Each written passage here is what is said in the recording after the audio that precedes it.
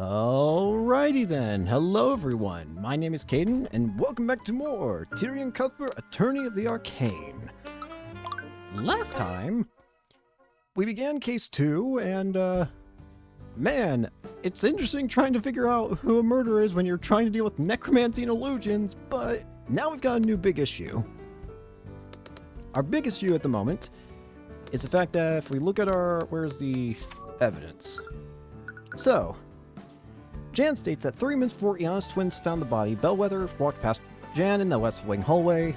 30 minutes before they found the body, right?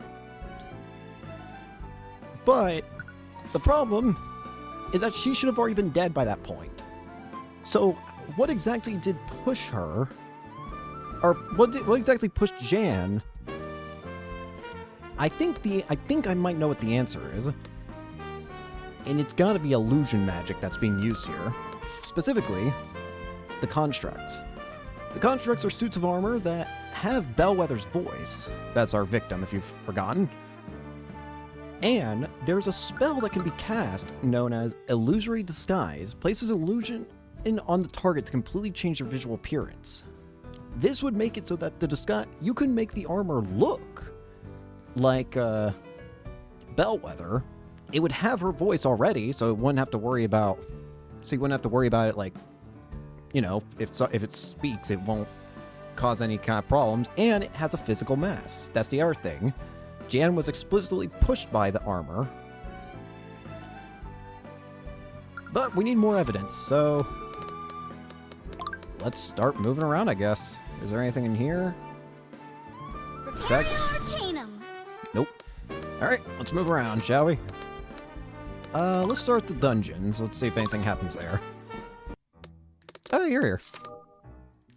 Look at this runestone. Hey, I'd show it to everybody. Nothing there. What about if we go to the cemetery? Eris is still here, but we've already talked to her, I'm pretty sure. I guess the library. Oh, it's you, Mr. Cuthbert. Steelwind, what are you doing here? I once again came across Steelwind. Like yesterday, she was the only one in the room. She was seriously carrying out the investigation alone here. Whoop. Hang on. Searching the classroom was one thing, but searching this entire library seemed a little ridiculous. As for what happened at the trial yesterday, I decided it would be best to start my investigation here. Wallace was in the library for the entire morning. Question. Remind me what, evidence. Remind me the spells that Wallace has. Wallace has Mend Wounds, Prestidigitation, Illusory Disguise, Revive, Animate Corpse, and Necrotic Light. So, the prosecution could make the case that even if we prove... Hang on.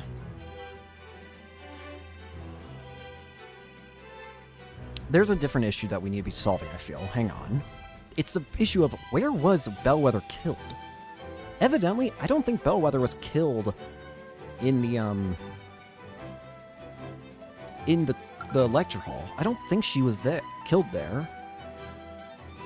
But if that's the case, then why is her body there? How could her body get there without a trail? No, it had to have been killed there. If she was insistent that he did it, this would probably be the best place. Actually, since I have you here, have you seen Eris Ilmer anywhere? Cemetery. It's my understanding that you're both acquainted with each other. Eris, what do you want with her? It's not for anything serious, mind you. It's just that Oath of a Commander lost her spell compendium. Is it really going to be Eris? I'm going to be honest with you. I thought Eris was going to be like the final boss. And she could still be, but I figured she was going to be like the final boss of this game, considering how important she seems with those like flashes we see, like those weird flashes she makes us experience. Like the glitch effect. I would have figured she'd be like the final boss, but it... Who is the killer? Obviously it's not Wallace, but who does that leave? So...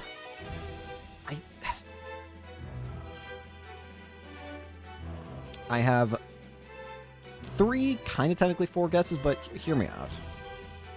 Okay, so the most obvious guess at the moment would be, of course, the twins.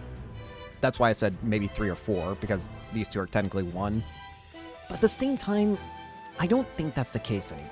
I don't think the twins are the killer. Something about them just doesn't like, sure, they hid away the fact that they were mages, and sure, they had a reason to kill, but at the same time, I don't know. I just don't get the feeling that they killed her. Now, I could be wrong, but I just don't get that feeling. At the moment, the most likely candidate would actually be Eris. I'm going to go under the assumption that I don't think Bellwether was not killed by... I don't think Bellwether was killed by necromancy magic. Bellwether, I think, was killed by somebody using illusion magic. Illusion, because remember, on the body, it states that there are traces of necromancy and illusion magic. I think it's more likely that what happened is that someone used illusion magic to kill Bellwether, her body, and then the reason that necromancy is on her body is, of course, because of men wounds.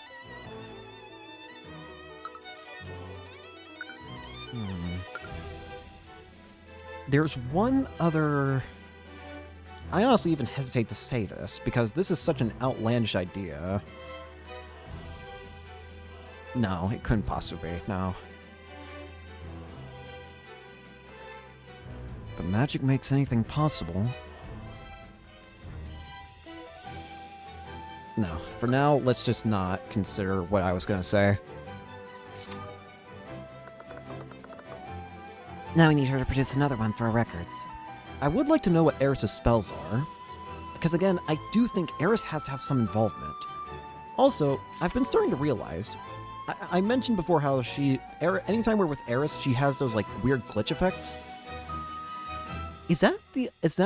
Could it be that those glitch effects that are happening for us, the player, be illusion magic?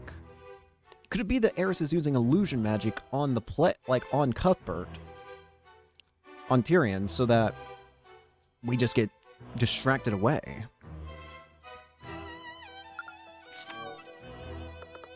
If you see her, please let her know we'd like to speak to her. We saw her earlier in the cemetery nearby, but I have no idea where she is now. Once again, I have to compensate for that idiot's mistake. Anyway, I was wondering if I could ask you some questions about the case. Very well. I suppose I still need to honor our deal from earlier. Is there anything new in here? Library's full of books for educational purposes. And books for recreational purposes. You know, I never got to finish that book. Since we're here... No, absolutely not. Come on! Back me up, Arya. I'm afraid I must agree with Mr. Cuthbert. You tend to get very immersed in those books. Oh, that's rich coming from you. I bet you're sneaking peeks at it, too. Nonsense. I would never do such a thing. I already have my own copy. Damn. What? And you're not sharing it? You're very demanding sometimes. Tell me about it. Come on, please! You can even recommend some of your favorite books to me? Oh, I mostly read teen romance, but I can't let her know that. Happiness and shock. I guess we all have different tastes. Fair enough. Globe. It's a globe of the world. It's amazing how many other nations there are aside from Wyverngard. I've been to most of these places. You should come with me next time, Tyrion. Isn't traveling through the border heavily restricted? You gotta learn to shut your mouth, Celeste. Oh, don't worry. I won't report you. I can't exactly blame you for wanting to leave. I do find it interesting. Why is it that it's illegal for people to leave? Or, like, to travel? I do think that's very odd. There are tables for students to sit at while they study. I don't think I hand studying here day after day. Due to the constant misuse of the Arcane Contract's voice systems, voice lines can now only be set by Headmaster Redmond. Is that why I can't make the constructs say what I want? The constructs speak using Professor Bellwether's voice. Unfortunately, that was an open invitation to many of the students. It wasn't long before the constructs began speaking several obscenities using her voice. Nice. Honestly, that's kind of funny. I agree. It is, but... I like that even Arya's like, yeah, it is. It is, but this is a place of learning, not one of childish chicanery. Why is Headmaster Redmond the only person allowed to set the voice lines? There are also rumors that several faculty members were partaking in these pranks. That's also pretty funny. It is. Prepario Arcanum! I don't see any magic in here.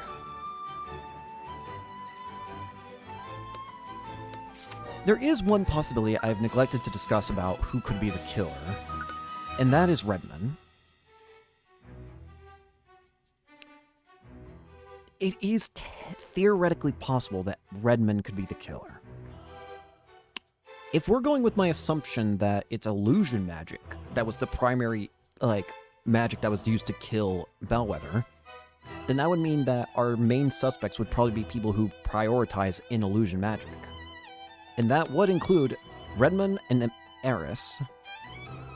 Those are the two people who are skilled in illusion. I mean, technically Bellwether's skilled in it too, but... no. Anyways. The point is, it's not impossible that Redmond could have been the killer. The problem with this, the difficult part about this case is that everyone could have had a motive. There's honestly motive from everybody that could to want her dead. Bellwether was not a good person, and if anything, it's better that she's off dead for this academy than it is for her to be in it. But a murder's still a murder, and an innocent kid's gonna be put to death because of it. But we can't exactly find an easy motive when everybody already hates the person who died. Redmond hated him, the twins hated him, Jan hated her, and Eris and Walls hated him. Nobody liked this lady. A motive is kind of useless in this case. The only kind of way we can solidify a motive is with the idea of the staff members saying how they're afraid to lose their jobs to the constructs. But at the same time, I don't know. I really do feel... now I feel like the most possible candidates are Ilmater or Redmond. But there's a problem with both these assumptions, I feel. And they both kind of stem from the same thing, which is, if either of these two are the killer, then why the hell frame Wallace?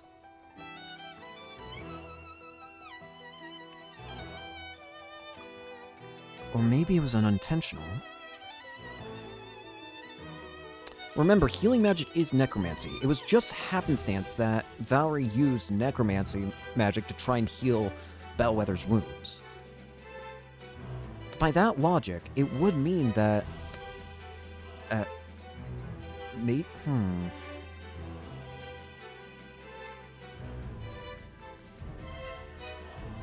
Can I check something? The system. Headmaster activated the Academy's lockdown system in response to receiving a call from security. This call reported that Catherine Bellwether had been fatally wounded. Academy's lockdown is a system of artificery that covers the entire Academy building. Once activated, creates magical barriers that isolate and protect each room in the building. These barriers can't be breached with physical or magical force. They also block mages from teleporting through them. I need more information. I feel like I don't have enough. But you know what time it is. An attorney's room soon. I have one of these myself. They're useful, aren't they? The note-taking and picture function saves so much time during these investigations. They're really a marvel of artificery. You see a lot of them among the nobility. Why would nobles need... oh wait, I think I've already seen that. I think we've already actually shown her all of our evidence in previous areas, so... let's just go with the talking straight out the gate. Any leads? Have you had any luck finding the scene of the crime? Unfortunately, I haven't. From the witness testimony, we have a rough idea of the route Bellwether took. None of the rooms we checked had any sign of a struggle. Are you sure? Why are you so sure that a struggle happened? Because of the cut. She was... remember, the autopsy report says it was in her abdomen, right? No, wait, where's the blood say? We don't actually have the blood evidence, do we? The blood evidence is gone.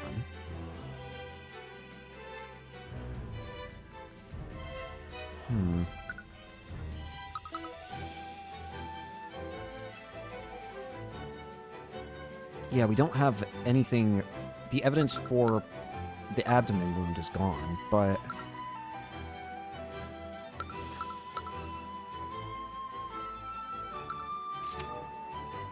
Are you so sure that a struggle happened?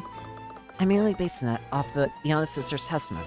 Because of the fact that in her abdomen was where she was, like, cut.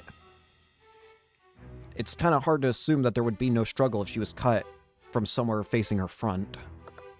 Valerie in particular noticed that the bleeding came from a wound in her chest.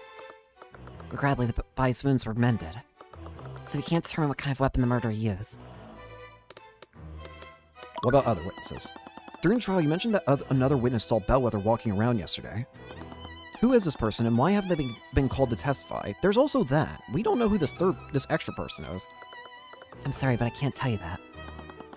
Steelwind's posture tightened. Someone's making her uneasy. Why?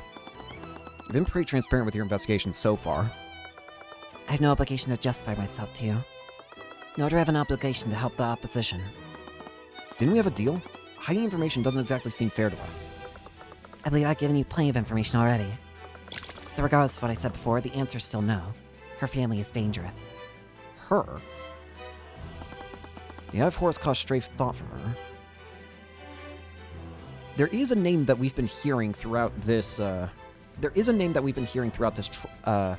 this case, this episode, that we have not seen the person of, that could be who she's referring to, and that's Beatrice. There have been multiple times where the name Beatrice was thrown around.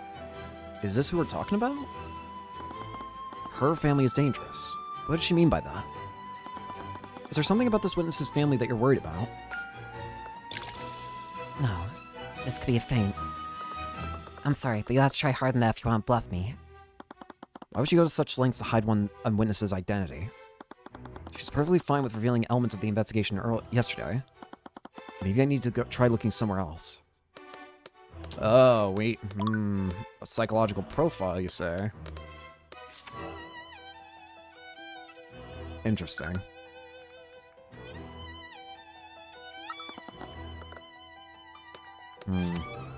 So we're gonna have to do something with her. The locker room? This is the first time we're able to go here. What's this? We spent some time wandering through the academy. That's when we overheard a conversation from a nearby room. From what I understand, Miss Steelwind has already moved the investigation elsewhere. How long must I wait before I can retrieve my things? Sorry, old timer. Orders are orders. Nothing comes in or out till this case is over and done with. Commander White.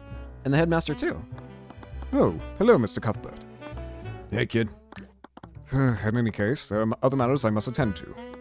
Please inform me when I can reclaim my things. Sure thing. Looks like Commander White was standing guard in front of this locker room. But it doesn't look like he's conducting any sort of investigation. Was he here on Steelwind's orders? He might be able to tell us who the secret witness is. Look at the badge. Kid, are you gonna show me this thing every time we meet? Yeah. First, I'm an attorney. Yeah, I know. Seriously, you're just like Steelwind. She does this too. Yes! I'm so happy to know she does it too. Alright, we gotta present everything to him. It seems that different episodes have different, Look, kid, I know you always believe in your clients and all, but I can't believe you're defending a necromancer of all people. There has to be a limit to that compassion of yours. Walls has his reasons for studying necromancy. I trust him. Even though you just met him yesterday? I think that I'm a good judge of character. There's no way he killed Bellwether. Whatever you say, kid. It seems that every episode has different dialogue. For if you show somebody something. So that does mean we gotta re-present everything again. I do find it funny the idea that Steelwind also does the presenting. Was there really no way for you to breach the academy during the lockdown?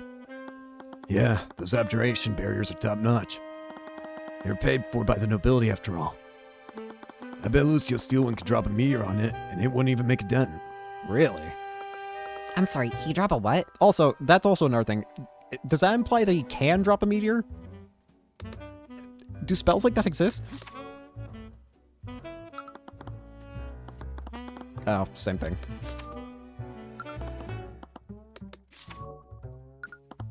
What do you think? What are you thinking, gamer? Alright, let's look at the spells. Necrotic Blight. I don't think I've actually ever had anybody react to the spells yet. I'm not sure. I might be forgetting. But I don't think I've had somebody react to the spells when presenting evidence. Again, could be wrong. Did I already present Illusory Disguise?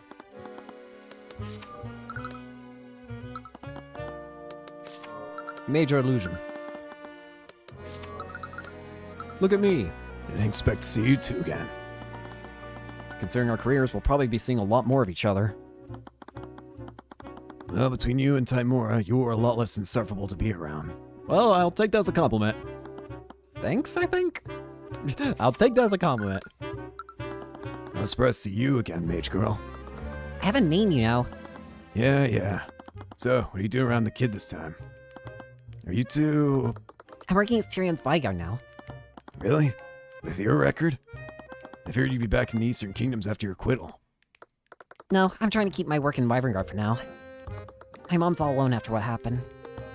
Right. Now do you feel bad? Now I have to talk about her. Eris? By the way, Have you two seen Eris Ilmater around? right, Steel One mentioned what happened. Yeah, she has really been on my case about that. I can't believe I lost your compendium. But I guess it's mostly my fault. We saw her at the cemetery earlier, but I have no idea where she is now. Damn it. Same dialogue as before. Bellwether? Nope. What about Steel One? Man, Steel One's really wound up today. I don't know what her deal is. Is she not normally like this? Not usually. Or at least not this much. Really? I don't gotta talk about him. What about the twins? Those twins really screwed me over with what they did. Steel One's gonna hold this over me for a while. Yeah, you kind of screwed up big time, buddy. I can't exactly blame you for what happened. Twins are such a rare occurrence. I doubt even the Inquisition has dealt with that before. Well, now you know for future case. That is funny, though, that it got you like that. What about Jan? Nope. Alright, let's talk. The headmaster. What were you talking to him about? What was the headmaster talking to you about? He has some items stored in one of the faculty lockers. The problem is, Steel One said no one gets in or out of this room. Except for her and you two, I guess. She won't even let the other knights in here. Really? Is that normal? Nope. But things are rarely are when she's calling the shots. I just go with it. Would she give me access to the crime scene if she wasn't letting the knights in? Steel One's orders, with the exception of me and Celeste McCoy, Prosecutor Steel One isn't allowing anyone inside key areas of the Academy. She isn't even allowing the Knights of the Inquisition within these areas. She appears to be conducting the investigation single-handedly. Why is she so insistent on doing it by herself? I don't know what her deal is, but she's been acting strange lately. She's been really paranoid, that girl. Frankly, I can't tell what's going through her head. Is it because of the involvement of illusion magic? Knowing now that there's illusion magic involved in all this, is it possible that she's nervous about anyone using illusion magic to trick things? Especially if the killer can use illusion magic. If the killer can use illusion magic, then they can hide things.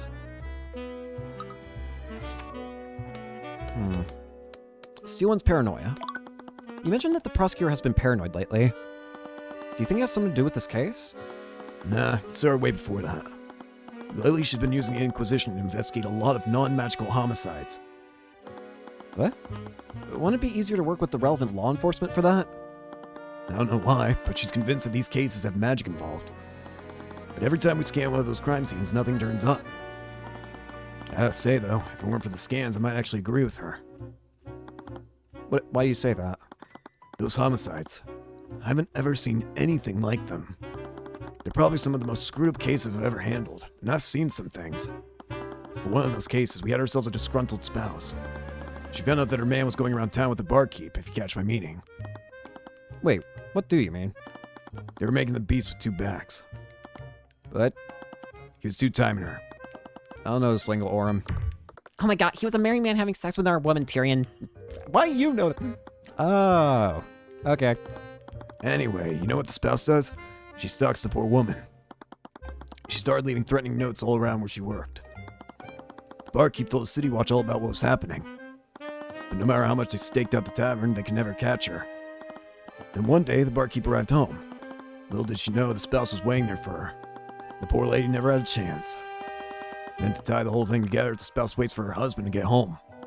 She cooks him a big meat pie using the barkeep's remains. Ugh. Wow, that story is pretty... I know. Steven thinks someone's developed a new type of magic that can control people's minds. Some kind of psychosis, you mean? And these homicides were some kind of sick test run. Considering the depravity of it, that's not a too outlandish assumption. Could a psychosis spell like that exist, though? Imagine that can affect people's minds. Wouldn't Mage Blight make more sense? Mage Blight.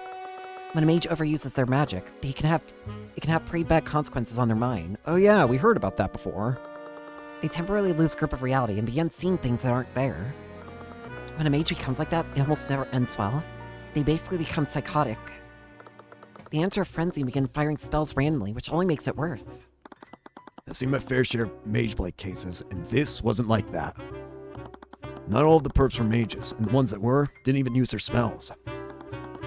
One thing that was that each of the perps almost seemed to wake up after we arrested them. All of them said things like, it wasn't me, or I didn't have a choice. They didn't have a choice? What would that mean? I doubt it means anything. Sometimes people can't face the things they've done. It's easier to say they had no control than to take responsibility. Weird. I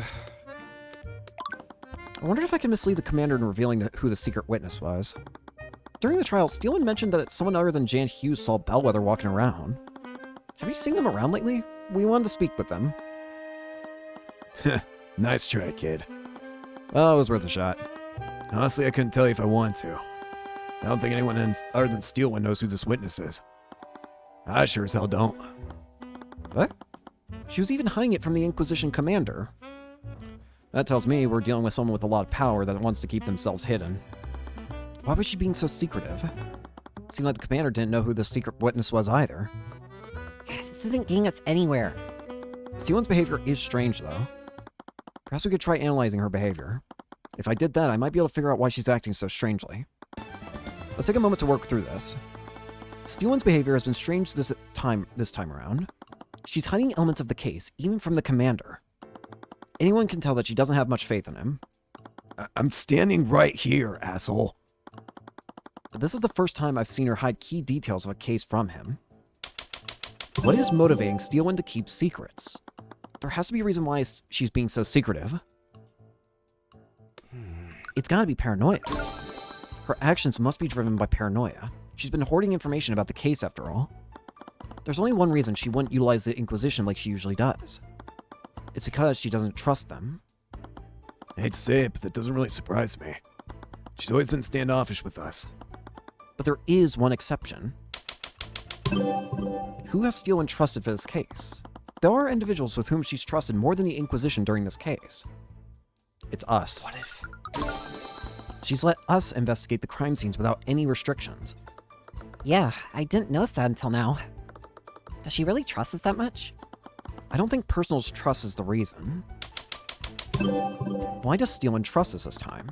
We don't usually interact with her, and she's working with the Inquisition on plenty of cases that we weren't even involved in.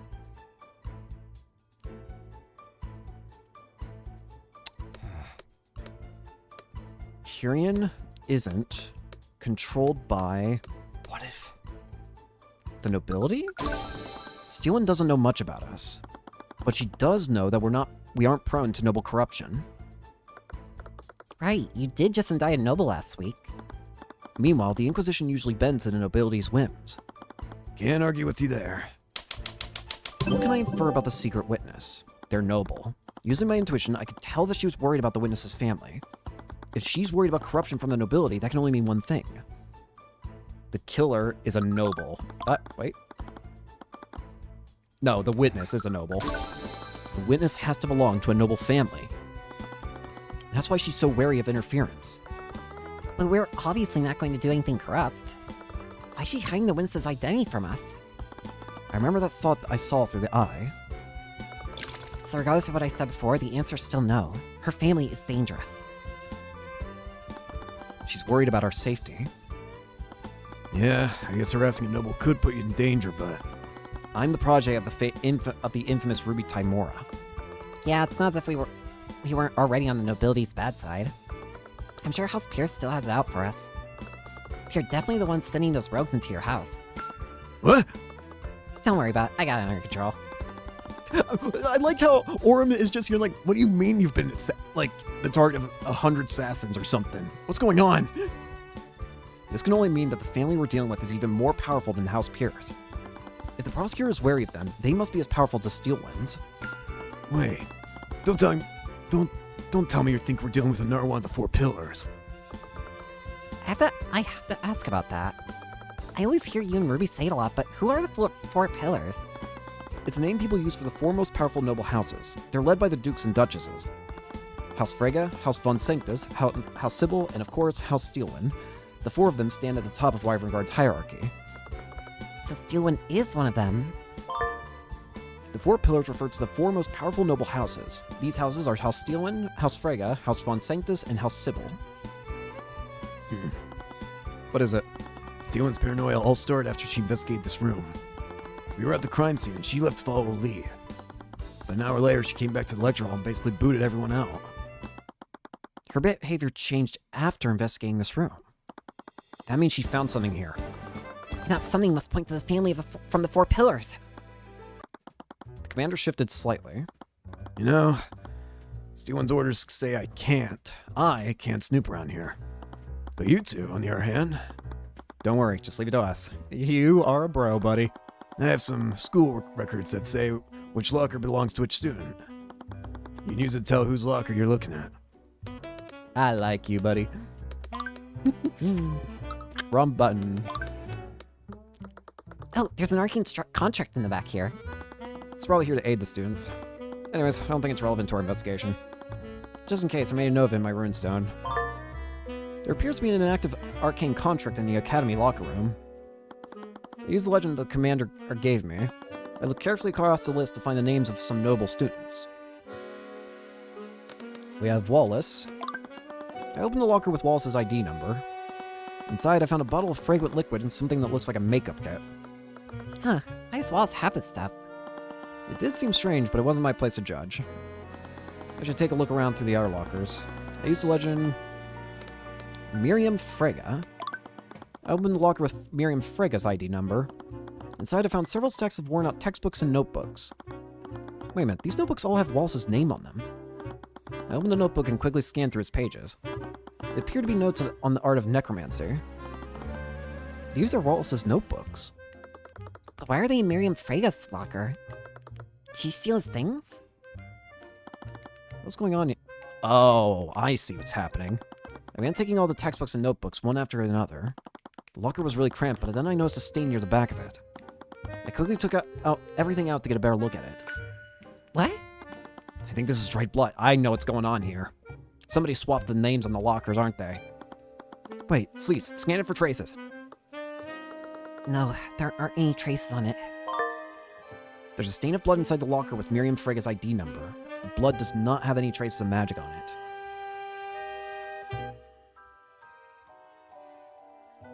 Or maybe I don't know. Jaden von Sanctus. I opened the locker with Jaden von Sanctus's ID number. Inside I found several bottles of some kind of transparent lotion, but there's nothing but lotion in here. Also a distinct smell. Oh. I wonder why a student would need this much lotion. Don't answer that. Wait, Tyrion, don't touch it with your hands. On the label, it appears to be some kind of sanitizing liquid. It's a little strange, but it doesn't seem related to the case. Use the legend. Yeah, let's just move on. Warren Sybil. I opened the locker with Warren Sybil's ID number. Inside, I found some textbooks and a neatly stacked deck of tarot cards. Oh, it's like those cards that fortune tellers use. I wonder if the student studies divination magic. But anyways, I don't think this is related to the case. We found a few things. I can't really make sense of any of it. In Miriam's locker, there's blood. We should look at this room from the prosecutor's perspective. Steelman found something in one of the lockers. It was Miriam's. Freya's. And whatever that was, it made her extremely paranoid. Whose locker had the most suspicious evidence? It was Miriam. We found some insanely suspicious things in Freya's locker. Not just blood, but also a bunch of, frickin' Wallace's notebooks. Yeah, Wallace's notebooks and even some blood. But that blood certainly is strange. It implies that something bloody was stored there. It could only be the murder weapon. Do you think someone stole it? No, actually. I think it was Steelman who took it. Oh, right. Or mentioned that she investigated this room. She must have taken the murder weapon as evidence. But with that said, there's something else that's strange about Miriam Frega's locker. It had a lot of Wallace's possessions. It's possible that she really did steal these items from him, but it's more likely that this locker isn't actually hers. Remember what Wallace told us before? Sometimes the art students would steal the ID number off my locker and switch it with an art student's. They thought it was funny whenever that student got angry with me. So someone switched the nameplate. This means that this isn't Miriam Frega's locker, it's Wallace's. But that puts us in a bad position, because why is there blood in his locker then? That would mean the bloody object came from Wallace's locker. Appears so. The locker actually belongs to Wallace Nightgrave. Someone must have switched the ID numbers with the Miriam's locker. But if that's true, why didn't Steelman present the bloody item during the trial? The fact that... Look at it this way. If all Steelman had to do was prove that the locker was Wallace's, if she proved that the locker was Wallace's, case done. Because, like, they wouldn't allow us to do anything else. Because they would see a blood stain and a bloody weapon inside of Wallace's locker. The only reason she wouldn't do that then is whatever this weapon is, it must be so damning that it actually proves Wallace's innocence. But of course, since it's somebody of the nobility, she would get in trouble, wouldn't she? I proved that Bellwether was wounded before Valerie healed her. Wouldn't that have been the perfect time to present what she found? It was a bloody item found in the defendant's locker, after all. Right, this is weird. Whatever this item is, it's gotta be so damning that it completely changes Wallace's position in the case. There was something more to this that I wasn't seeing, but what? I think we'll just have to ask Steelman ourselves. Whatever this item is, we need to know. What if I present the blood to you? What about the construct? What about the money? You always know how to piss off the right people, kid. We're still trying to clean up the mess you made with House Pierce. I won't let anyone stop me from getting justice for Wallace. Get angry with me, I don't care. Anyways. We should have enough information now. Let's have a talk with the prosecutor. Please just tell me what's wrong. Are you mad at me? I'm not mad, okay? Can we just get to work? The twins' voices rang out from the kitchen. They sound like they were in an argument. Do you think they're okay? Sounds private. We shouldn't get involved. Guess you're right. Slowly close the door to the library and get my mind on the investigation. Okay. Fine. You wanna know what I think? You don't get to say that you hate magic. Look how many problems it's causing for us. Yeah, for this dumb job. None of this even matters for you. What? Those people from the church always say that mages are chosen by the divine right. And they're right. You don't get to complain about being better than me, Val. I'm not better than you. Yes, you are. And I'm so sick of pretending you're not. You were helping Jan while I was jealous with how easy I thought his job was.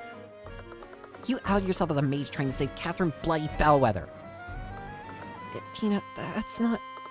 I hate how much I'm holding you back. I know you. I know how hard you've been working in the library. You're destined for great things. Tina, I haven't learned anything. Come on, don't give me that. You've been heading straight to the library after work for years. Yeah, and I still haven't learned anything. What? I can't wrap my head around how it all works. I've been trying for years. I understand ether. I understand spell formulas. It's like they're speaking another language. I can do magic, but I'm nothing like the students here. But you know healing magic.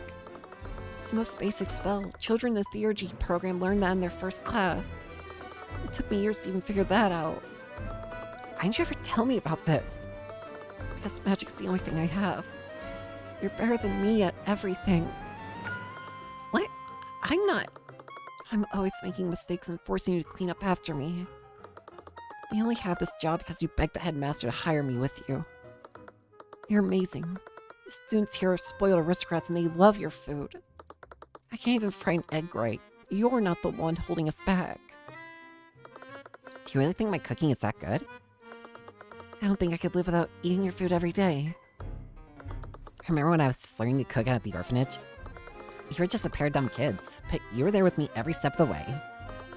You were there for me. I would have never gotten this good if you weren't always with me. Tina, I'm sorry I never told you this sooner. I could never do this without you. Neither could I. I'm sorry for being so stupid before. It's okay. I was also being...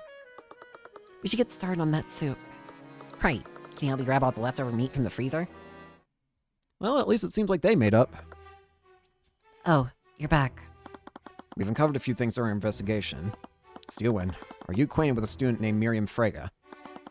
She shifted slightly. It was subtle, but I could see her discomfort. I underestimated him.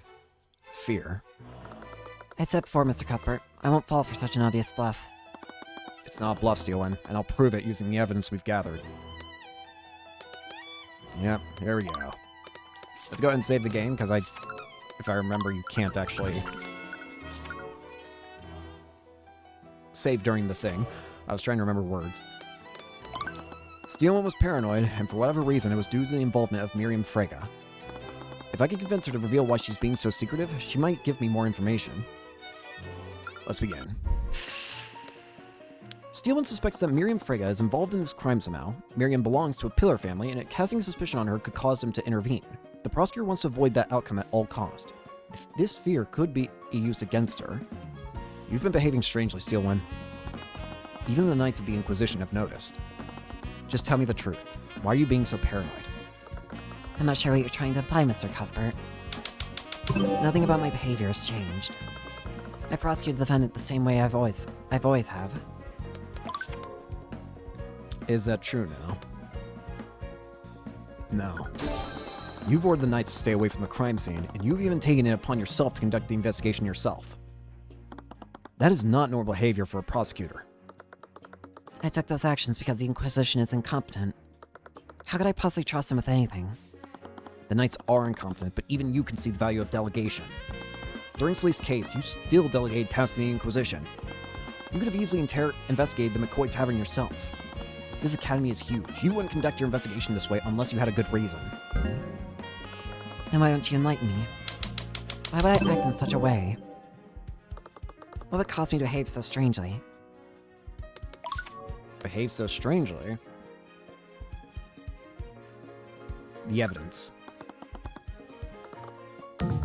Whoops.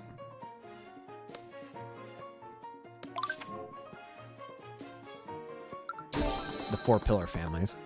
You know that the Inquisition is corrupt and will bend to the nobility. So what would happen if a powerful noble were publicly involved in the case? With that noble's influence, they'd probably order the Inquisition to conceal their involvement. A high-profile noble is involved in this case, Steelwind. And I believe that noble is Miriam Frege. Again with this, do you think you can bluff me by throwing out the names of random nobles? Not every noble is a malevolent criminal like Garrick Pierce. I've said before and I'll say it again. My investigation doesn't involve the Freges. Nothing about this case has anything to do with House Frege. Does it now?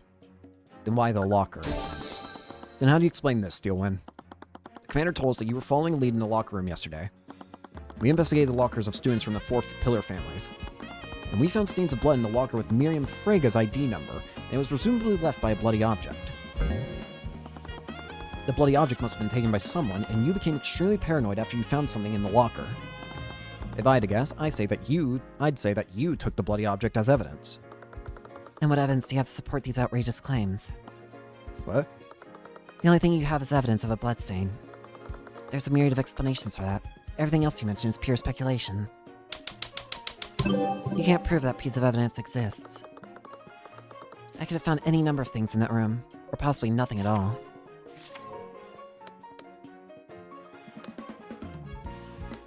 Appeal will... You're hiding evidence, Miss Steelman. How do you not see that as wrong? Let's not be logic. Let's not be coy, Miss Steelman. Anyone can tell that the blessing is the most noble thing in that room. And threaten. If you don't present what you found to the court, I'll have no choice but to pull the owner of that locker onto the stand. You found an object in the locker with Miriam Frega's nameplate on it. If you don't present what you found to the court, I'll have no choice but to pull the owner of that locker onto the stand. That's ridiculous. We both know that the locker in question belongs to Wallace Nightgrave. Can you unequivocally prove that, Steelwyn?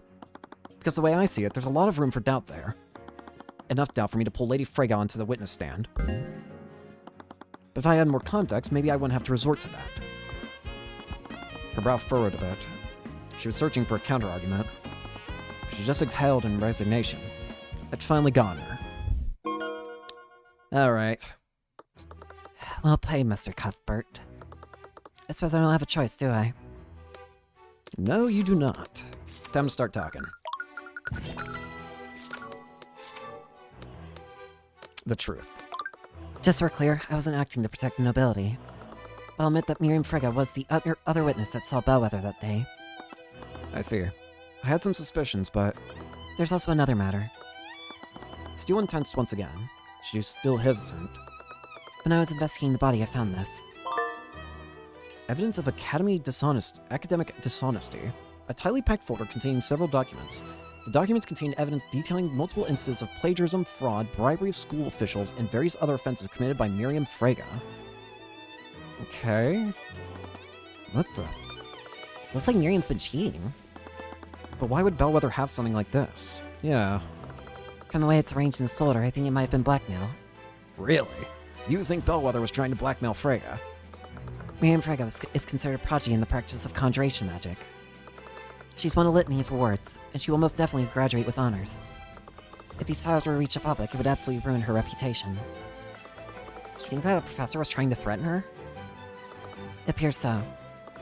When I discovered this, several elements of the case were still unknown. That's when I found this in Wallace Nightgrave's locker. Bloody rapier. Rapier covered in blood. It was found in Wallace Nightgrave's locker. Apparently it's a valuable family heirloom to House Frega. It was reported stolen by Miriam Frega weeks before the murder. There we go. If this were to get found, Miriam would immediately become a major suspect. It's very likely that this is the murder weapon. This rapier is a valuable family heirloom for House Frega. And a few weeks ago, Miriam reported that the rapier was stolen from her room. But why was it found in Wallace's locker? Not that I'm complaining, but why didn't you present this in court? To be honest, I like to avoid involving House Frega by any means necessary. I knew it. You're just protecting her, aren't you? Miss Sequoia, do you recall how Wyverngard's justice system works? To acquit a defendant, you need to unequivocally prove that they didn't commit the crime. To do that, they either need a solid alibi, or we need to prove that someone else committed the crime. What do you suppose will happen if you bring Miriam Frega onto the stand? House Frega won't allow one of its members to be indicted in a court of law. They'll plant and forge evidence to implicate your defendant, and they'll use the Inquisition to do so. Even I wouldn't be able to stop them, should it come to that. So that's why you've been keeping them away from the investigation. Can't you do anything? I thought Steelwyn's are powerful too. I don't have the support of my house. Right now, I'm just a prosecutor, nothing more. It seems like your own family doesn't really care for you. Steelwyn, you know that this isn't fair for us. Just do nothing and let us win. Celeste! If we can't go after Miriam, then you can at least help us save Wallace. I'm not going to do that.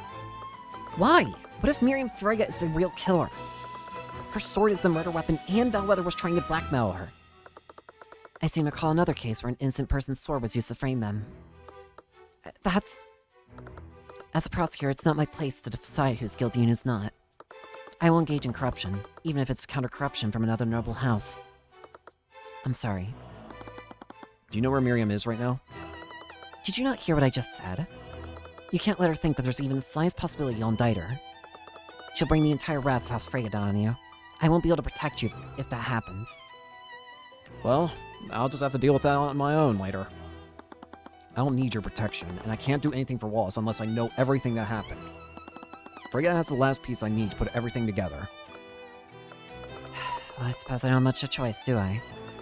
Her dormitory is room 107. I imagine she'll be there, considering that classes are suspended. Thank you, Steelwind. If I don't tell you, I'm sure you'll probably just find out using some other means. But please, Mr. Cuthbert, exercise caution. Alright. Let's move in on the main person of interest, then. I followed Steelwind's directions and found Miriam Frigga's dorm room. Why is it all black? The door leading inside seemed a lot more ornately decorated than other rooms. I went to knock on the door, not realizing that it was only partially closed. As my fist came into contact with the wood, I accidentally pushed it open. Whoa, hello. As the door swung open, I made eye contact with the girl inside. She seemed to be studying at a desk, but now she was staring at me stunned. I slowly saw her expression shift from a puzzled look to a furious and violent scowl. Excuse me, how dare you barge into my room? These insects, they have no respect. Oh, great, you're pleasant. Yeah, sorry, I was just trying to knock, but... Contract, remove these hoodlums from my room. Acknowledged. From the corner of the room, an arcane construct stood up and began charging towards me at terrifying speed. Before I even knew what was happening, it raised its fist to strike me. Oh no! Flustered, I fell back and raised my arms to shield myself. Closed my eyes, bracing for the impending impact. Instead, I heard the clang of steel striking stone. Confused, I opened my eyes to see Celeste standing between the construct and me. Her sword was drawn, and it was locked to the construct's fist. Despite the construct's imposing size and strength, Celeste was slowly pushing it back. Well then, you're not going to be able to push us out of here. Upon taking a closer look at Celeste, the girl narrowed her eyes. Construct, stand down. Acknowledged. I'm terribly sorry for that. I wasn't aware that this man was your servant. Celeste's hand was firmly clenched around the hilt of her sword, but she put it away without another word. I haven't noticed you were on campus. Are you a new student? If the academy allowed her to bring her retainer, she must be important. Oh. What are you talking about? I saw an opportunity. Act. Yes, my master just enrolled here recently. What? Celeste squinted at me, confused. I just tilted my head towards Miriam. Yes, I just started here. I take it you're Miriam Frigga? Yes, it seems that my reputation precedes me. Miriam Frigga, a student, a spoiled daughter of House Freyja, one of the 4 pillar families. She's extremely arrogant, but appears to excel at her studies at the Imperial Academy. I can't imagine she has many genuine friends. It's a pleasure to make your acquaintance, lady. I'm Celeste. She caught herself, pausing for what was a very awkward moment. Steelwind. I'm Celeste Steelwind. Was she serious? There's no way Miriam was going to believe... Steelwind. It's a pleasure to meet another member of such an esteemed house. She must be from a distant branch family. Father may have a use for her. Wait, she was actually buying this? Hey, it works in our favor. The way the name's changed to Celeste Steelwind. Steelwind. I just moved in, and I thought I should introduce myself. Seeing as you're a top student in the field of conjugation. Conjuration. Yes. Well, there's no backing out now. Oh, Jesus. It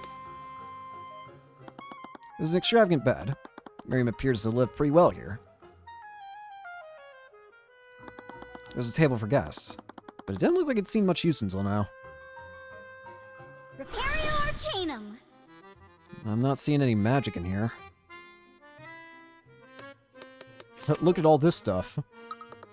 A runestone. I have one as well, but mine is the latest model. You have a newer model. Can I see it? What? No! You have an Arcane's construct in your room. I thought they were only in the library in the locker room. This construct was a gift from House Font Sanctus. I have to say, they're quite convenient to have around. They look really cool. Maybe I should get one. You should. A construct would be far more useful than this attendant of yours. Yeah, maybe. Damn, she's about to kill. It's such a shame what happened to the professor.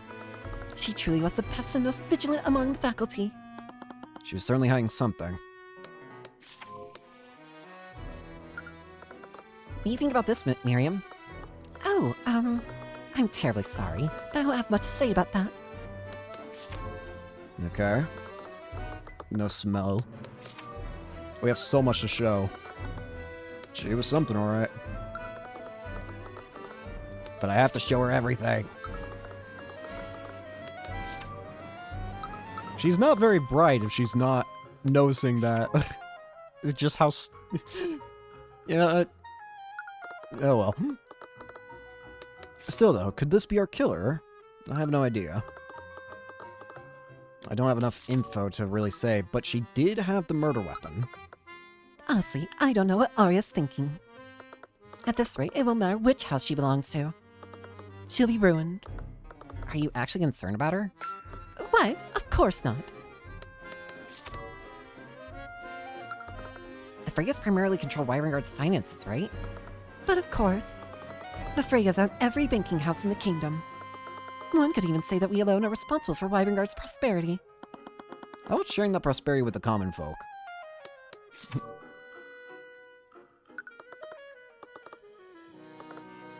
Oh, yeah. I was about to say. She's gonna kill you. I really hope Arya returns my rapier soon. It must be pretty important to you. It's an ancient family heirloom, wielded by Beatrice I, one of the first heroes of Wyvernguard. I wonder, is she okay? Sadness and shock. I wonder why that's appearing. I mean, if she was one of the heroes of Wyvernguard, she probably was dead long dead by now. Weird. Oh, I just presented that.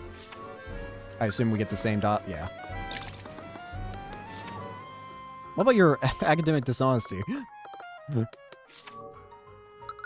What about spells? Anything to say about the spells? Prestidigitation, or whatever. Mend wounds. What about illusory disguise? Or revive? Maybe even animate corpse. You might even cast major illusion. Alright, I'm expecting some insults. Your tenant doesn't appear to actually do much. How do you put up with him? Oh, you know how it is. I couldn't help but appreciate how angry she was getting on my behalf. I wasn't aware another Steelwind had enrolled at the academy. Which branch family were you from again? It's one of the far-off branches. We're not that well known. I see. Nothing on Ruby. What about Eris? By the way, do you happen to know Miss Eris Illmatter? Oh. I would stay away from her if I were you.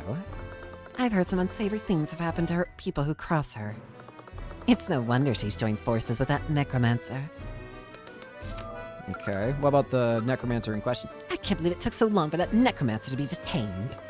All it took was a literal murder. The trial isn't over yet. He's innocent until proven guilty. Oh, of course, you would say that. You trash can't help but sympathize with each other. Do not talk to him like that. What? Why do I suddenly feel so terrified of her? Sorry, just don't, okay? Of course. Thanks, Miriam. Or thanks, Celeste. It sure certainly was something. How about Steelwind? How about the Redman? With the professor gone, the headmaster's just going to bring more of those street urchins into the academy. Is that really so bad, though? Every mage should have the right to develop their powers. Don't tell me that Arya got to you. Mages were chosen by the Scaled Lord to divine right. Oh, here we go. Magic is something that should only be held by the nobility. These bastard children have no right to call themselves mages. Right. I think it was a mistake to put Celeste in this situation. Yeah, I agree. But it is funny. Nothing to say about one twin. What about the other? Nope. Oh, Jan. What about yourself? Freyas primarily control... Oh, right. Alright, let's talk. Miss Freyga, I was wondering if I could ask you some questions about... Excuse me, I don't believe anyone has permitted you to speak. Oh, here we go. Sleeves was still smiling, but I faintly hear her grinding her teeth together. So, we heard about what happened to Professor Bellwether. I can't believe it. Yes, it's quite tragic what happened to her. She has always been a friend of House Frega. She's obviously going to be more receptive to Celeste Steelwind. Might be better to let Celeste take the lead on the questioning. Alright, the murder. We heard that you saw her on the day of the murder. Could you tell us more about what happened? Oh, you heard that from your relative, did you? If you don't mind me asking, why are you so interested? She's not like Arya, is she? Oh, you know, I'm just curious is all. You know how uneventful life can be sometimes. Being a noble and all. Alright, she really needs to tone it down. Oh, is that all? I was worried you were going down the same path as that poor, confused Arya. Well, I'm in the middle of a study break anyway. I suppose I have some time, some time to spill some tea. Speaking of, Contract, please prepare us some tea. Use that lotus tea we import from the Eastern Kingdoms. She might be useful. I should win her favor. She's gonna get pissy when she realizes how stupid she is. Acknowledged. Lotus tea? You have lotus juice?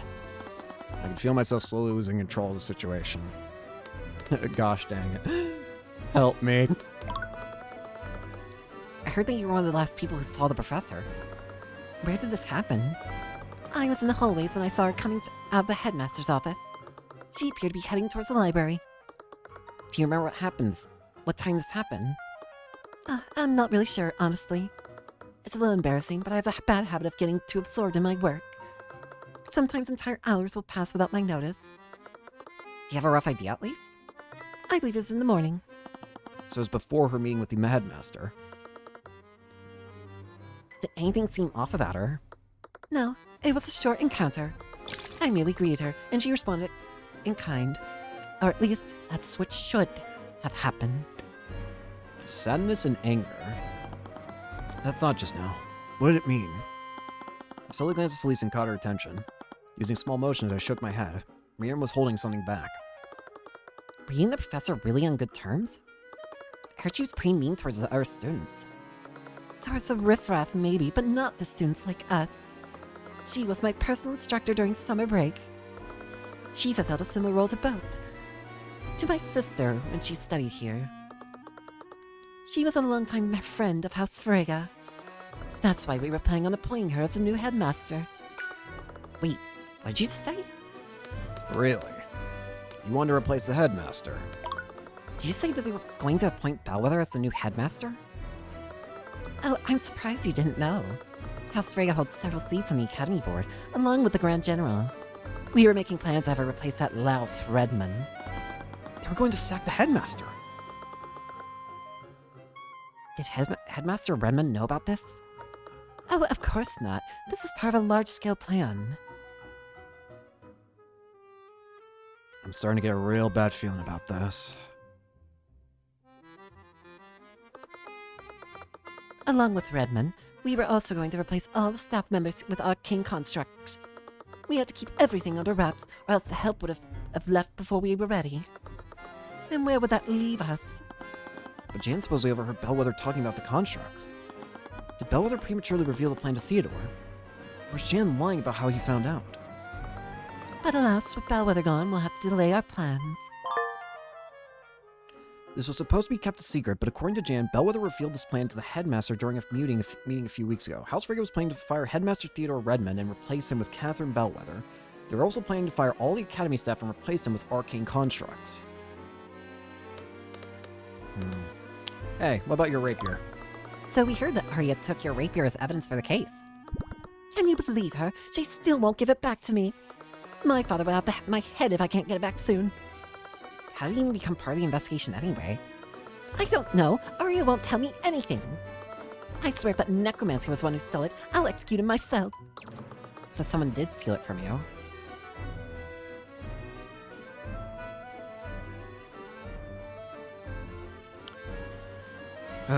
This is gonna be painful if this is going where I think it's going. Because there is a certain someone who's becoming more and more suspect because of this. And that someone is a headmaster.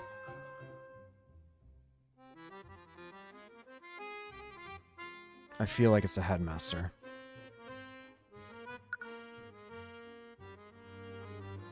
Illusion magic. She doesn't even fit. It couldn't. I don't know if it could be her.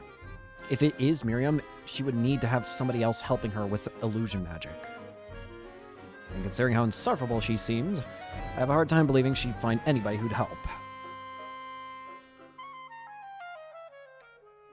But what if Redmond knew about the attempted replacement? If Redmond knew about the attempt of replacement, then he could have been scared about where this was all going. He wouldn't care about getting replaced. He would just care about being replaced with someone like Bellwether. Because if Bellwether took control of the school, it'd be over for anyone who's like common folk. They would never let anybody work, they would let no common folk enter, no matter if they had magic or not. All workers would get replaced with constructs. That would be a motive enough.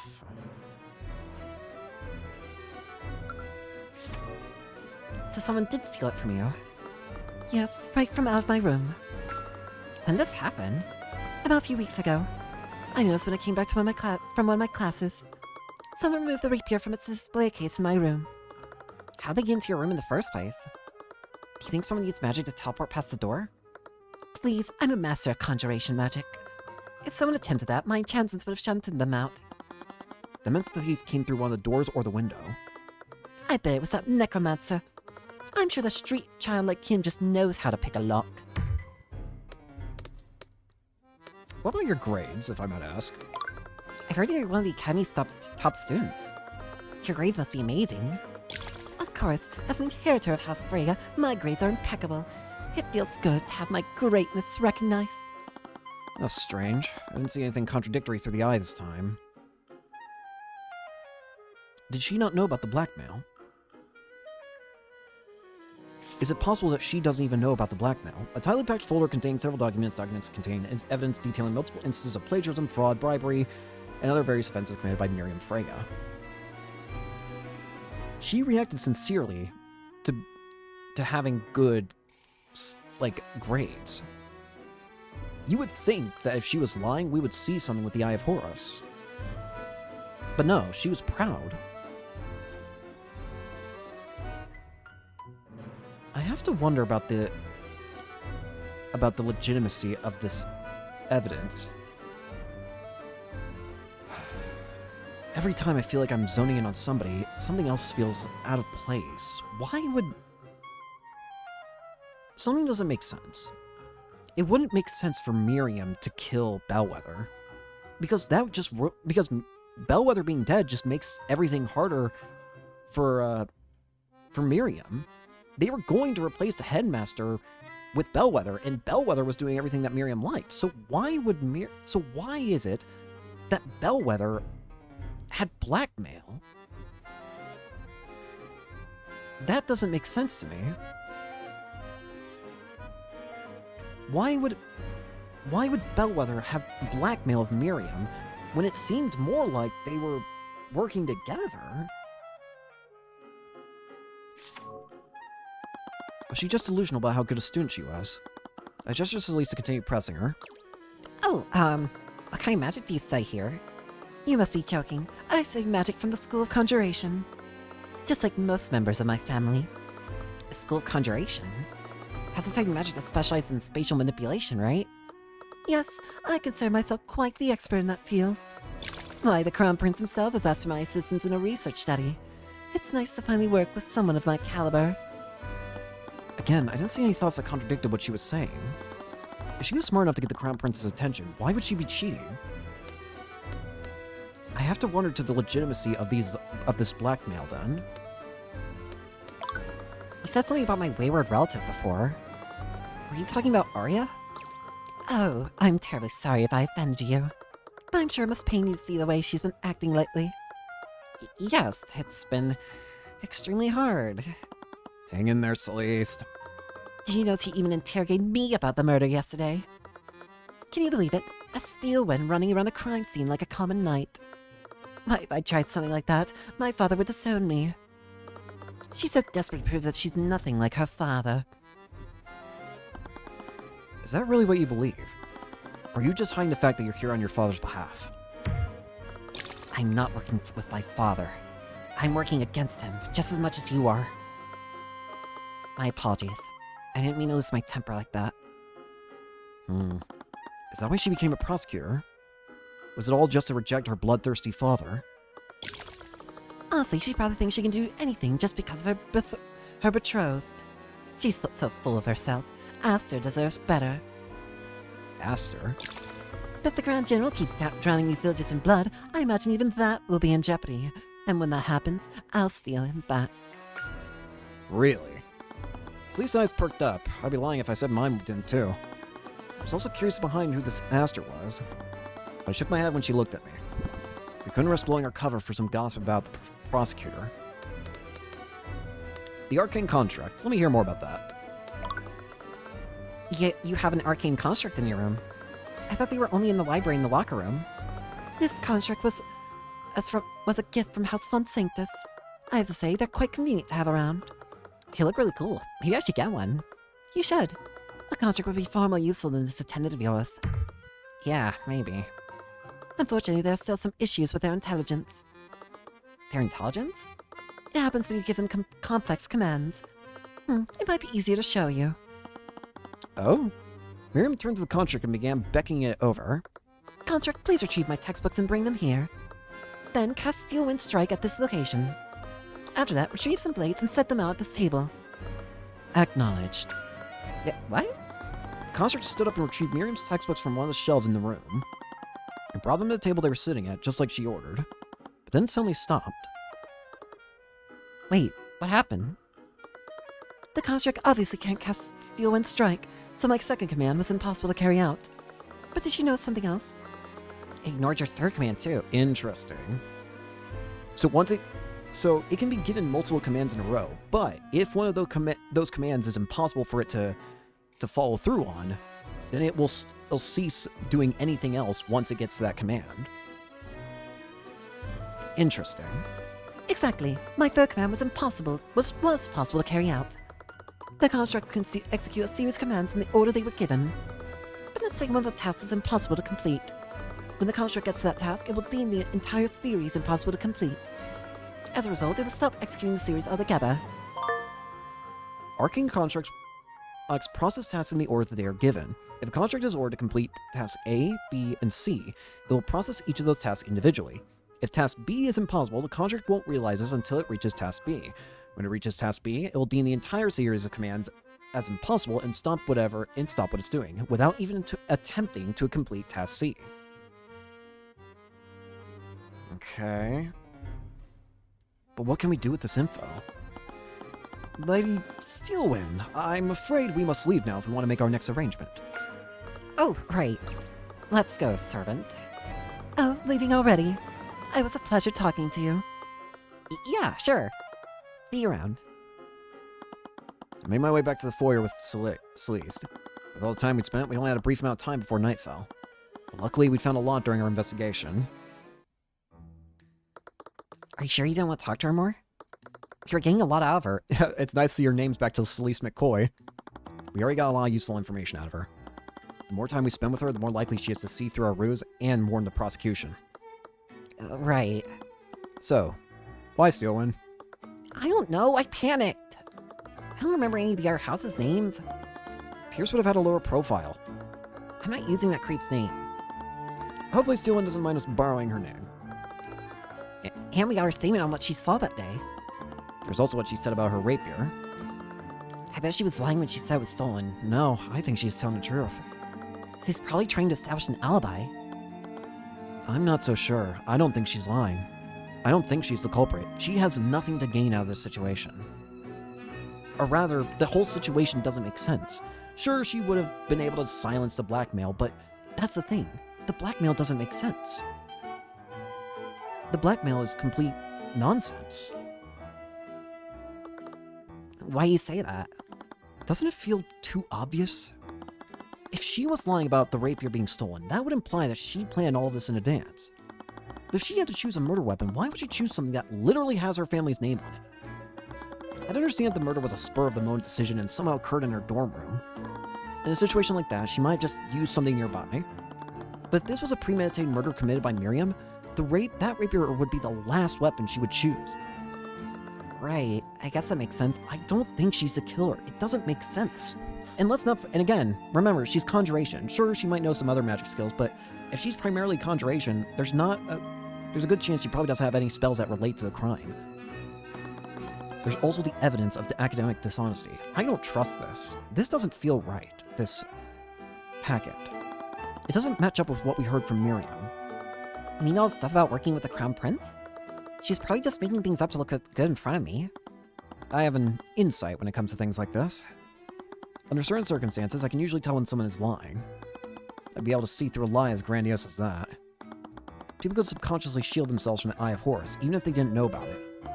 But when they did that, I wouldn't be able to see any thoughts from them. I saw that she was lying about her encounter with Bellwether. I would have seen dissonant thoughts if she were lying about her grades too. That means that this blackmail is not even true. She's not a cheater. Sure, she's an asshole. But she's not a cheater. Her grades seem to be genuine. Well, I guess your insight never fails before, but what does this mean? I don't know. Even with everything we found, I'm still not sure who the real culprit is. The bad part is that I think by the end of this crime, we're gonna have to indict somebody who's not even really...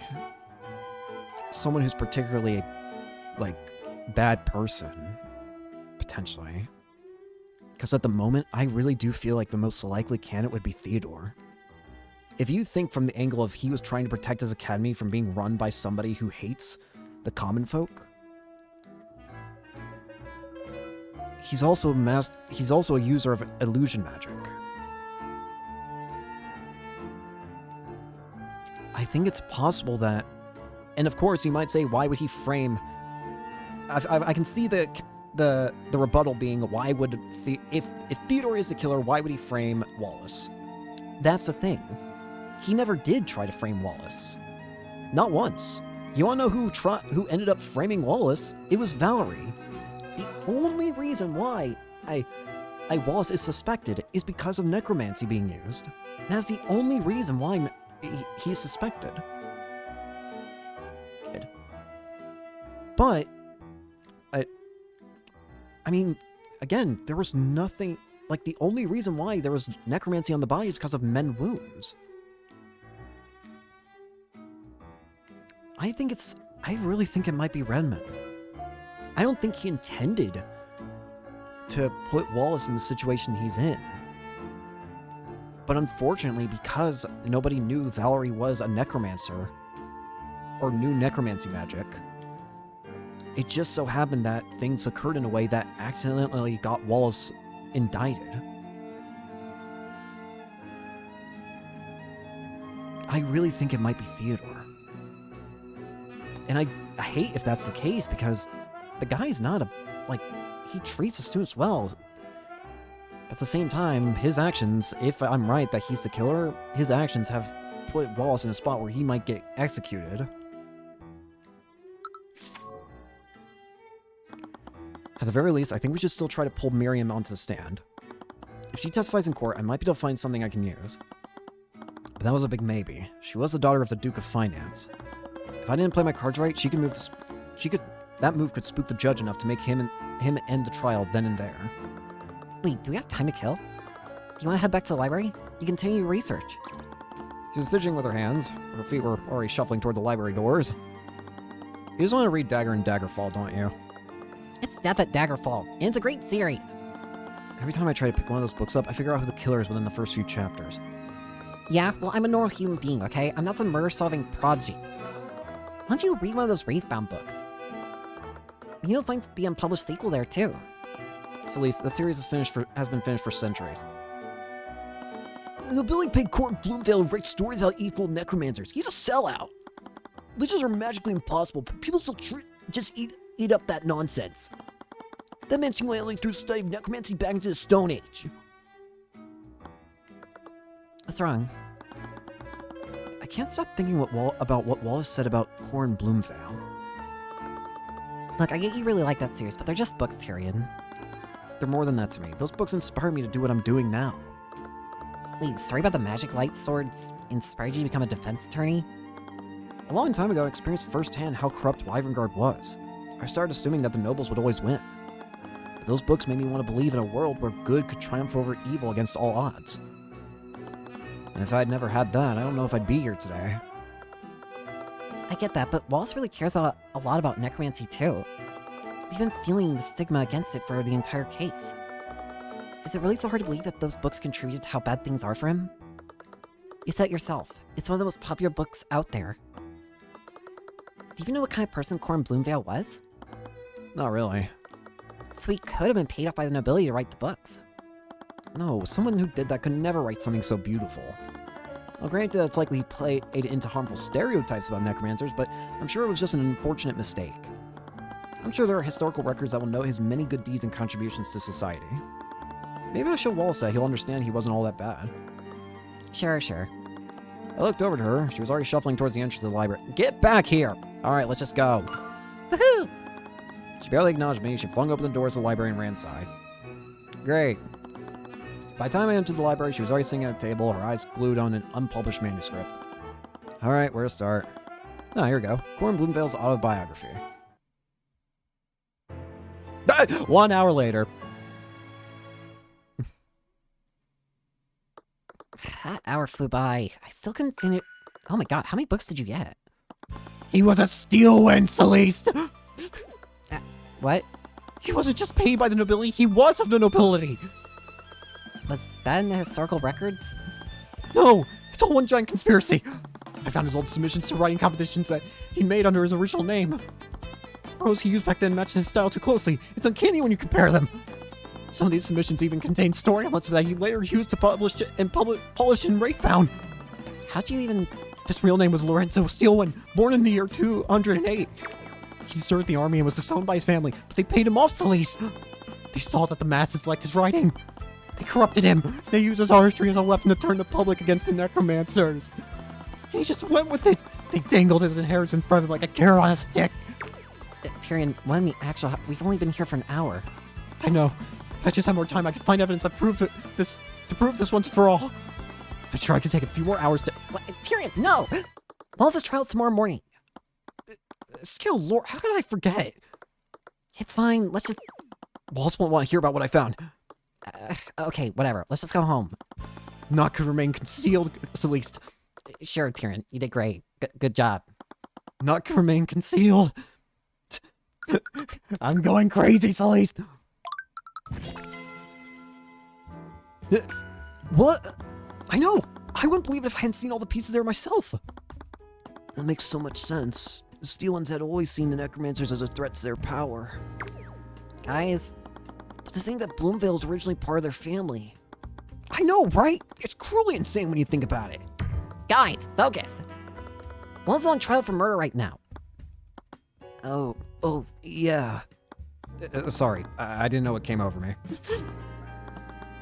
After I quit you, do you want to talk more about what I found? Yes! Alright, don't lose that confidence, I guess. You know what? Just use that confidence. Alright, it's my turn to have a screen cutting. Order in the court! Court is now resumed for the trial of Wallace Nightgrave. Yet during yesterday's trial, it was revealed that a trace of necromancy might not have been left by the defendant.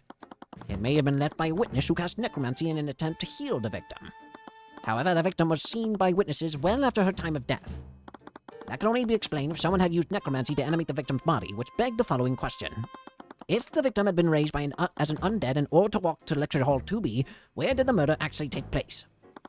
Does the prosecution have an answer for this? Based on the testimonies of several witnesses, it is very likely the murder took place in the library. Really? Interesting. What led you to this conclusion, Miss Steelwyn? First, I'd like to remind the court where the victim was sighted before the body was found. It began when the victim had a meeting with the headmaster near the center of the building. Our meeting was scheduled for 12 p.m.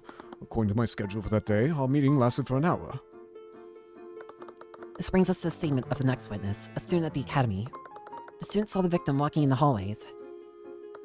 I saw her coming out of the headmaster's office. She was heading towards the library. Which means that our first witness saw Bellwether leave the headmaster's office. Presumably, this would have happened after her meeting there. That would time this encounter at around 1 p.m. The other event is the discovery of the body, which was when Valentina Yanis contacted security. I suddenly spotted the professor lying in a pool of blood in the classroom. Valentina used a communication device to call for help while I tried to save her. As we've already established, the event occurred at 3:04 p.m. The significance of this time is in what occurred before the body was discovered. The second witness, a member of the cleaning staff, spotted the victim in the West Wing hallway. Bellwether knocked over a vase, and there were shards and dirt everywhere. It was probably 20 to 30 minutes before the twins found the body. This means that this encounter must have happened no later than 2:30 p.m. And this implies that the victim was near the library between 1 p.m. and 2:30 p.m. According to the defendant's statements, he was in the library during this time period. Furthermore, the time of death was 2:01 p.m. This meant that Mr. Hughes saw the victim's animated body. The prosecution's theory lays out the following timeline for Catherine Bellwether's movements in the day of the murder. From 12 p.m. to 1 p.m., Theodore Redmond has a meeting with Bellwether. At 1 p.m., Miriam Frege saw Bellwether walking in the hallways. From 1 p.m. to 2 p.m., Bellwether spent time in the library. From 2 p.m. to 2:30 p.m., Wallace Nightgrave murdered Bellwether. At 2:30 p.m., Jan Hughes witnessed Bellwether walking towards the lecture hall 2B. And at 3 p.m., the Giannis sisters discovered Bellwether's body. I see. What do you have to say in your defense, Mr. Cuthbert? The prosecution's argument is definitely well thought out, Your Honor. However, it is entirely predicated on the testimonies of all the witnesses involved. Steele and deduction had to have him whole somewhere. And since our conversation yesterday, I had a feeling that Miriam was hiding something. If I want to get to the truth, I would need to drag her out of her through a cross-examination. Your Honor, to test the validity of these claims, the defense would like both of these witnesses to testify. The defense calls Miriam Frege to the stand. Frege? At the mention of her name, the judge's face turned a bit pale. He fidgeted with his gavel, looking towards the bailiff and then towards Steelwin. I had a feeling it would come to this. Do you have any objections, Miss Steelwin? Please say yes. I don't want to get in trouble. I do not, Your Honor. Very well. Bailiff, please escort Lady Frege to the stand. She's gonna be, yeah. Witness, please state your name and occupation for the... You little snakes! How dare you deceive me! Oh, looks like she found out. I had the opportunity to debrief the witness beforehand. Miss McCoy, I asked you to exercise discretion. I did not imply that you should impersonate a member of my family. Yeah, sorry about that. I gave you all the tea that I imported from the Eastern Kingdoms. I demand that you return to... How? It's in my belly! No, you gave it to me. It's legally mine now. Anyway, Miriam, could you please testify to the court about your encounter with the victim? Fine.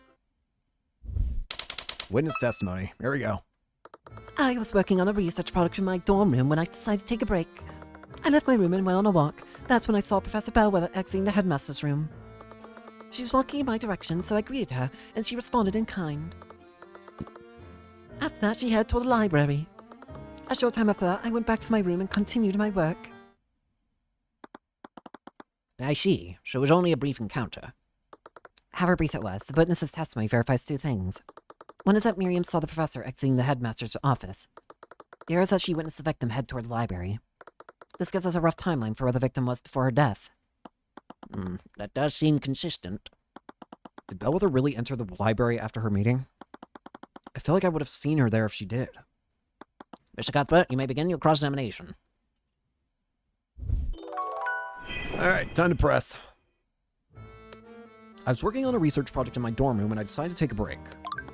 Was this research project part of your schoolwork? It was an independent study to develop a new conjuration spell formula. The project is being sponsored by the Crown Prince himself. I wasn't aware that he was involved in such a study. Of course you weren't. Did you expect to know every aspect of his life, dear Arya? I sense some hostility. If you don't keep an eye on him, House Frege might just steal him back from you. As if His Highness would align himself with your rapacious family again. Yeah, am I in the middle of something? Our banking houses form the economic infrastructure of our kingdom. But perhaps he'll come to the Steelwinds if he needs to massacre a village of commoners. With all due respect, may we please focus on the matter at hand? Of course, Your Honor. I was about to say, me and the judge are just scared. Help. I left my room and went on a walk. That's when I saw Professor Bellwether exiting the headmaster's office. And you're sure that you saw her exit the headmaster's office? Yes, I remember it clearly. I was surprised that she was still meeting with the headmaster at all. Must have been referring to her family's plot to replace him. Did you interact with the professor at all, Miriam? She was walking in my direction, so I greeted her, and she responded in I see the problem. Did anything seem off about her? No, but it was a very short encounter. It's not as if we stopped to have a conversation. You said that you greeted her, and she responded. What did she say? Why is that important? It's not important at all, so why? Anger and shock. Why? Miss Frege, it's possible that someone used illusion magic that day. Every detail about the victim's interactions could be important. Well, I bid her good morning. She said good morning in response.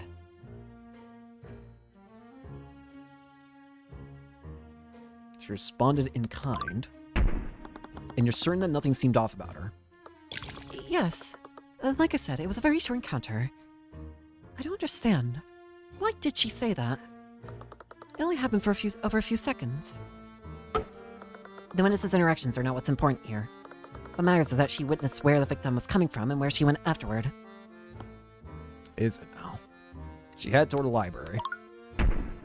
Did you see her enter the library? I didn't, but there's not much else in that direction. From the testimony of Jan Hughes, we know that she later came from the library. Even if she didn't enter the library, she was still in that area for more than an hour. A short time after that, I went back to my room and continued my work. How long did you leave your dorm room? Only for a few minutes. I try not to let my breaks go on for too long. And you didn't see the professor again after your first encounter? No, I did not. Her testimony seems pretty straightforward, but she could still be lying. I'm honestly not sure. We'll just have to focus on her statements about how Bellwether reacted. Yeah, there's a big problem. Alright, make sure we save the game, just in case. I don't know what happens if I get a question wrong. We'll find out eventually, but... The problem here. She was walking toward me, so I bid her good morning, and she responded in kind. I don't believe that. Because, if she was already a corpse by then... She can't talk. Objection! What? Contradiction. Yeah, see how that proves anything. I guess you're right. Oh, it doesn't do anything.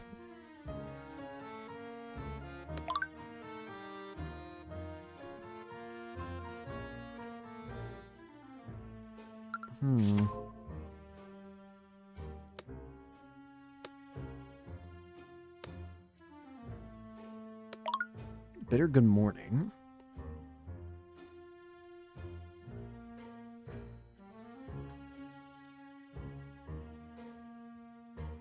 Objection! Miss Frege, if I recall correctly, you have a habit of getting absorbed in your work. So much so that you'll even lose track of the time of day. If I recall correctly, you pulled that information out of me through your lies. Regardless, earlier in today's proceedings, the prosecutor made the following argument. Our first witness saw Bellwether leave the meeting with the headmaster. That would time this encounter around 1 p.m. Miss Frege, if you had said good morning to the professor, you would have been mistaken. Oh, it would have been the afternoon! Because that encounter would have only happened during the afternoon. And your point is, you said it yourself, Mr. Cuthbert, the witness simply lost track of time. What the witness said isn't what's important here. The significance is in what the professor said in response. She had just come out of a meeting and that was scheduled for noon and ran for an hour. She would be well aware that it was no longer morning. Wouldn't she have corrected the witness? Their encounter was extremely short, and the victim's mind may have been preoccupied.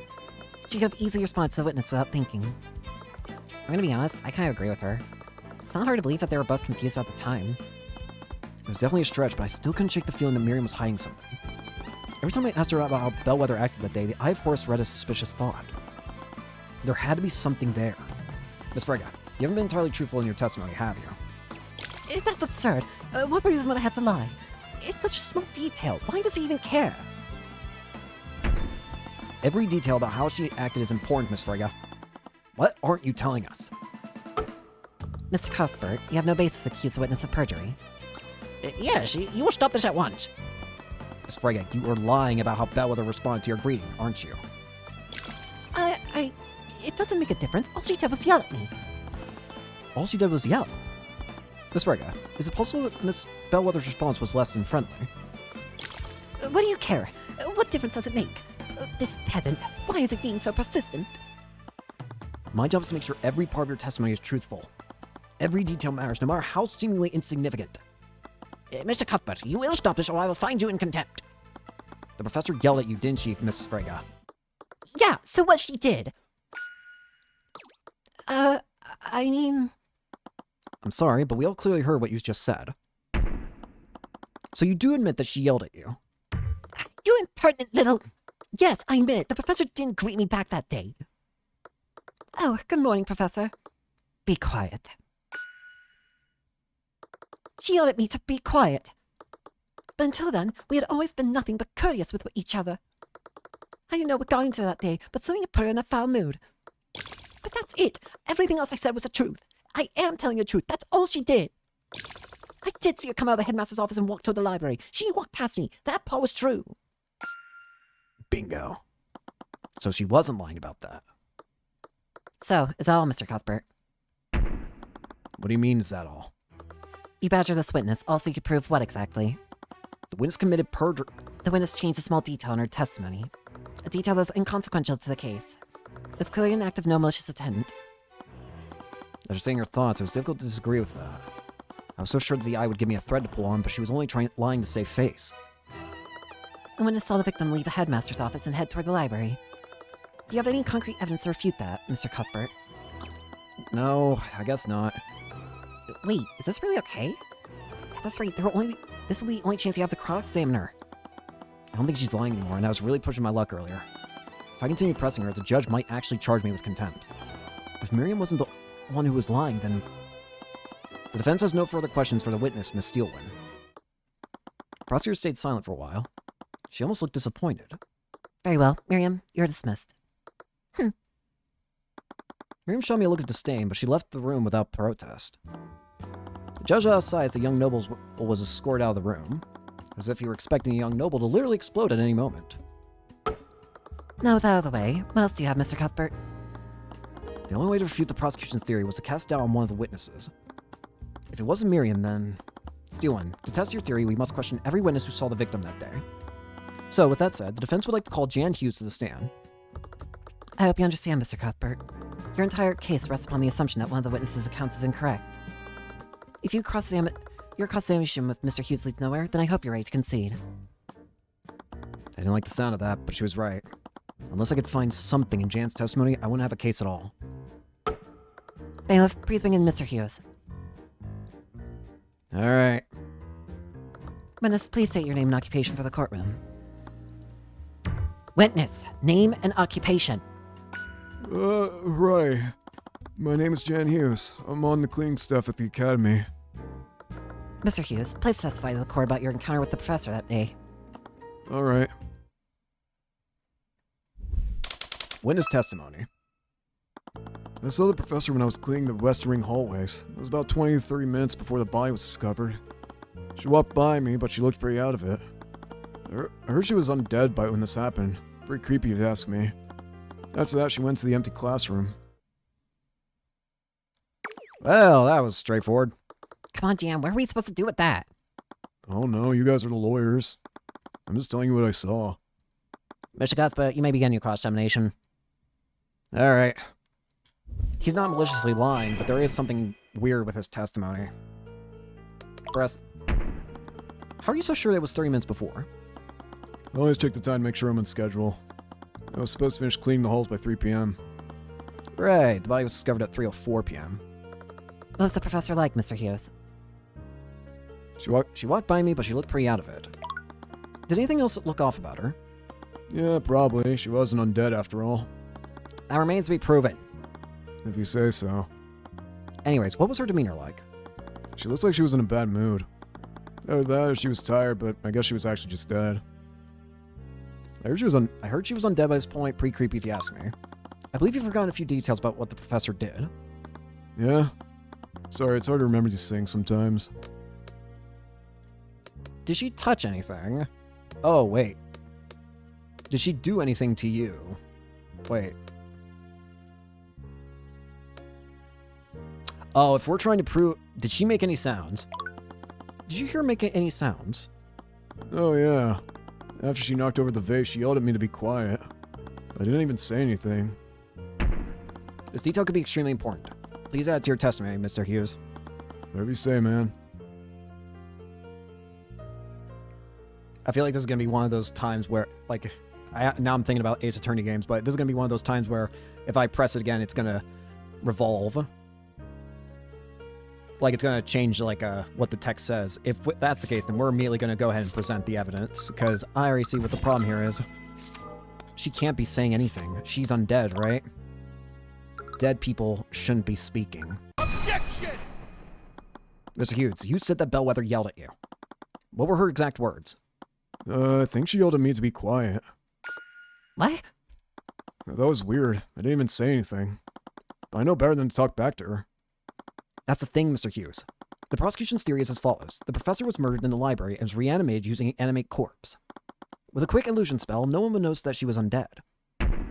However, if what you saw was truly the undead Bellwether, how did she speak to you? Huh?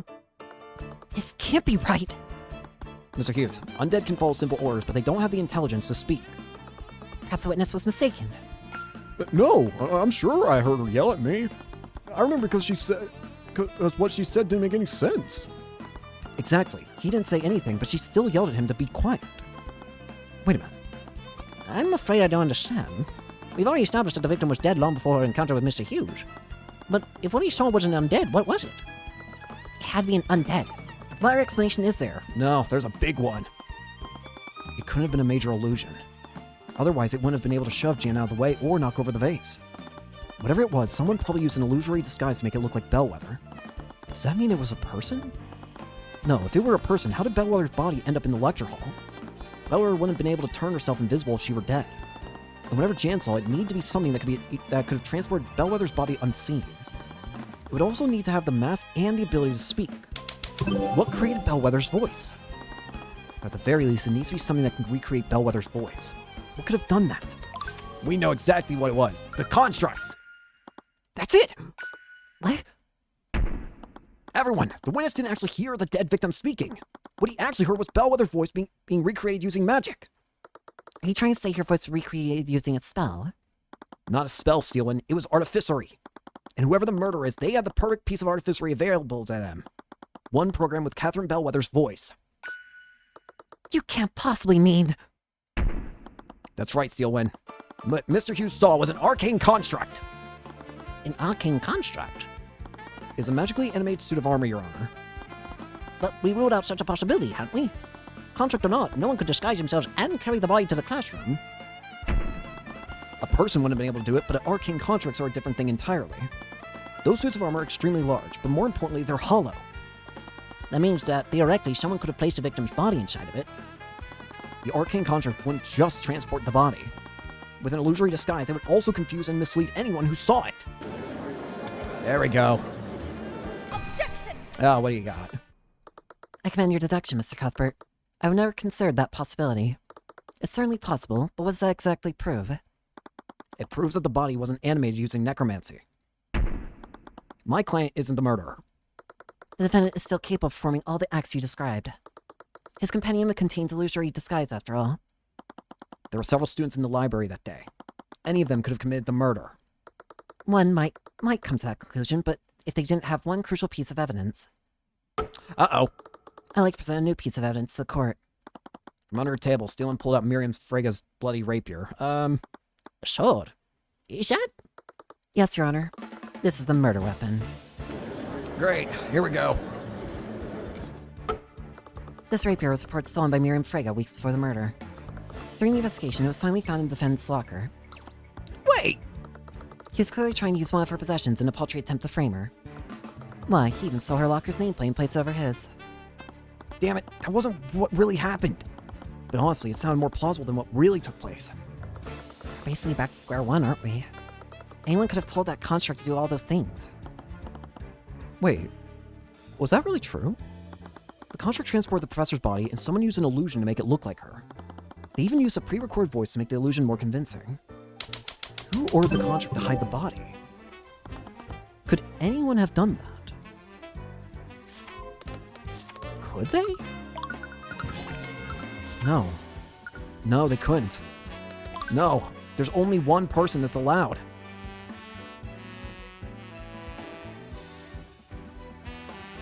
The voice lines can only be changed or adjusted by the Academy headmaster. Oh.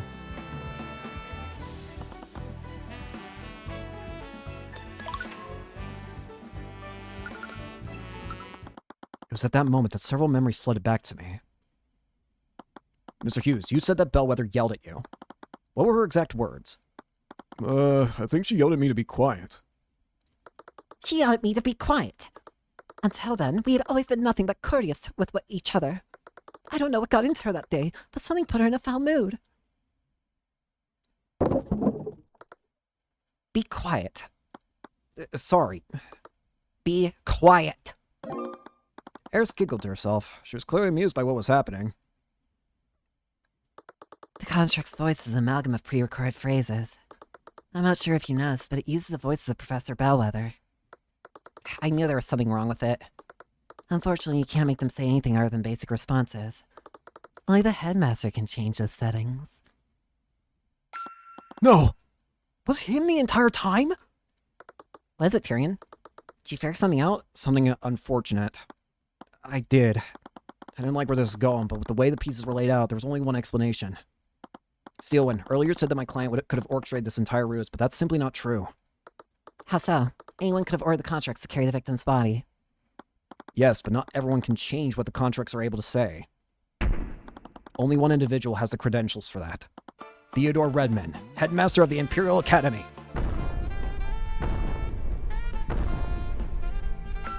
Wait, you're not serious, are you? You think the headmaster did all this? I don't want to believe it, but he's the only person who could have done it. That's completely ridiculous. Headmaster Redmond is 88 years old. He could never do something like that. Steelwind, there's one common element between each of the witnesses' encounters with Bellwether. It's what Bellwether said to them. She yelled at both of them to be quiet. Miriam Frege was particularly surprised. She had a good relationship with the professor, but when greeted by the professor, Bellwether just shouted at her. Almost as if the professor was responding indiscriminately. And recall her encounter with Jan Hughes. The professor knocked over a vase and shouted at him to be quiet immediately after. But he hadn't said anything. She was responding to the sound of vase breaking. Now, let me ask you this, Steelwind. Where did Bellwether come from before she encountered Miss Frege and Mr. Hughes? For me, with the headmaster. Time to bring him in. It appears the defense truly means to indict Theodore Redman. If so, we have no choice but to take a brief recess until he can be brought here. I don't like it, but... There's no need. There he is. All right, Theodore. Fortunately for you, I was already in the gallery. The headmaster stood up from the gallery behind me and slowly made his way to the witness stand. Had he been there the entire time? Now, please correct me if I'm wrong, Mr. Cuthbert. But are you trying to say that I'm the one who committed this crime? I'm sorry, Mr. Redmond, but no matter how I look at it, everything I've found points to you. No, there's no need to apologize. In fact, I should commend you on the lengths you're going to defend dear Wallace. the car appreciates your understanding, Mr. Redmond. How can she speak so cordially, after all she's done? Now then, to clear the air, I suppose I should give my testimony on what happened that day. All right, here we go. That day, I had a meeting scheduled with the professor at noon. She showed up at the expected time, and we discussed various administrative matters. Our meeting went on for an hour, after which she left to prepare for her next class. Despite our many disagreements, we still knew how to be civil with one another. After all, I had no reason to bear a personal grudge against her. I just can't see it. He seems like such a nice old man. Is he really the killer we're looking for? He has to be. No one else could have orchestrated this entire plot. I just need to find out how to prove it. I'm sorry, Redmond, but I trusted you too. Evidently that trust is getting me nowhere, though. It's time for suspicion. That day I had a meeting scheduled with the professor at noon. What was this meeting for? Oh, nothing of note. We were merely discussing her daily operations and duties within the academy. In an academy such as ours, it is beneficial to regularly communicate with the staff. She showed up at the expected time and we discussed various administrative matters. So she showed up at exactly 12 p.m. More or less. Catherine Bellwether was many things, but she was never tardy. There weren't any witnesses who saw her before the meeting, so I didn't have a way to disprove what he's saying. I need to look elsewhere in his testimony. How long did this meeting last, Headmaster? Our meeting went on for an hour, after which she left, presumably to prepare for her next class. So that means the professor left your office at 1 p.m.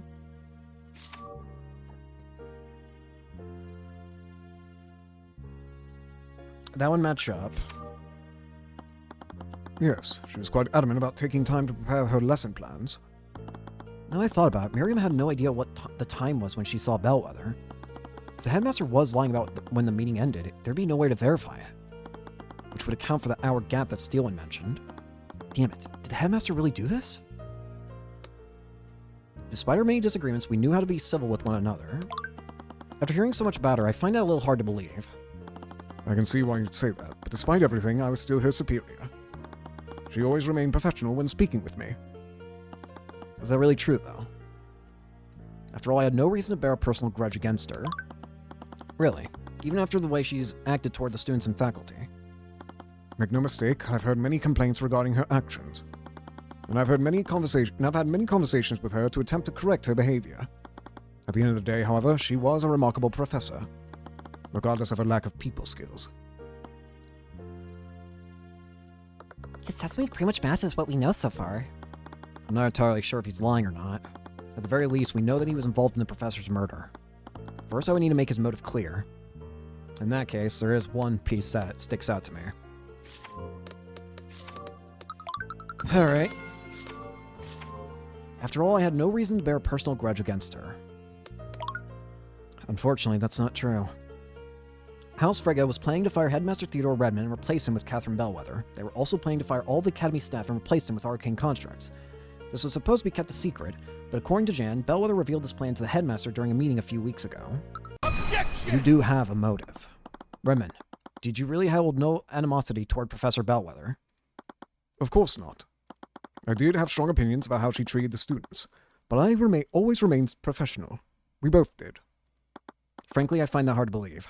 In fact, I think you might have had a very good reason to murder the professor, considering that she was going to take your job. What? So you knew about that?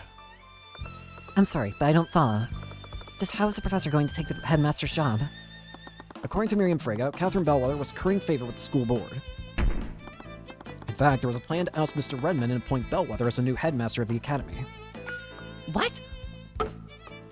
But in any case, I doubt that the headmaster had any idea of this until now.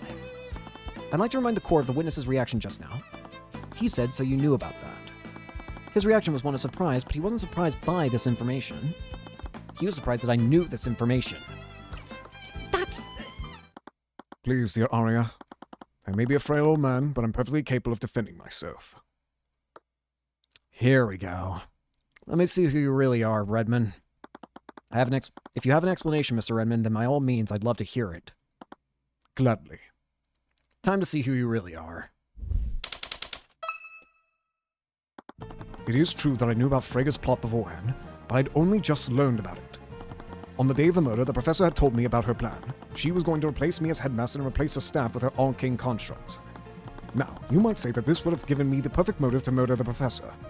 However, the supposed murder weapon was stolen from Lady Freya. This happened weeks before our meeting. I had no knowledge of their plan before she told me, and therefore I wouldn't have known to steal Lady Frega's weapon in an attempt to frame her. You're good. Are you satisfied now, Mr. Cuthbert? There's no way that the headmaster could have come up with this plan. If he really did do this, then that means he stole the rapier too, right? Most likely. His alibi makes sense. He couldn't have planned this whole thing unless he knew about Bellwether's plans. That would mean he knew about this weeks ago. How did he even find out? The best way to tell convincing lies is to leave a lot of truth and only change one detail. Maybe Bellwether did tell him, but she actually told him weeks ago. How would I prove that? Mr. Cuthbert, you may begin your cross-examination. Alright, Redmond. Let's do this. It's true that I knew about the Frege's plot beforehand, but I'd only just learned about it. So you only just learned about it recently. Doesn't that seem a bit too convenient for you? It may appear that way, yes, but... On the day of the murder, the professor told me about her plan. She was going to replace me as headmaster and replace the staff with her arcane constructs. That must have infuriated you. Your colleague betrayed you and attempted to steal your job. I'm only human. Of course I was taken aback. I've been headmaster of the Imperial Academy for nearly 60 years. To think that the professor and the board would go around my back like that. Now, you might say that this would have given me the perfect motive to murder the professor. With the professor dead, you won't have to worry about losing your job. At least not for a while. I suppose you're correct, but there are others who will benefit too. The faculty staff are now aware of Frega's plot. With her plot delayed, they won't need to worry about abruptly losing their jobs either. What would happen if I proved that Redmond was the killer? That's what worries me. Unfortunately, I do believe Redmond's the killer, but this is going to cause a ripple effect. He'd be sent to prison, and the school board would just appoint someone else to carry out their plan. No, I couldn't think about that now. If I couldn't prove Redmond's guilt, the court would convict Wallace. At the end of the day, the only thing that matters is Wallace's innocence. However, the supposed murder weapon was stolen from Lady Frege. This happened weeks before our meeting. Might I check?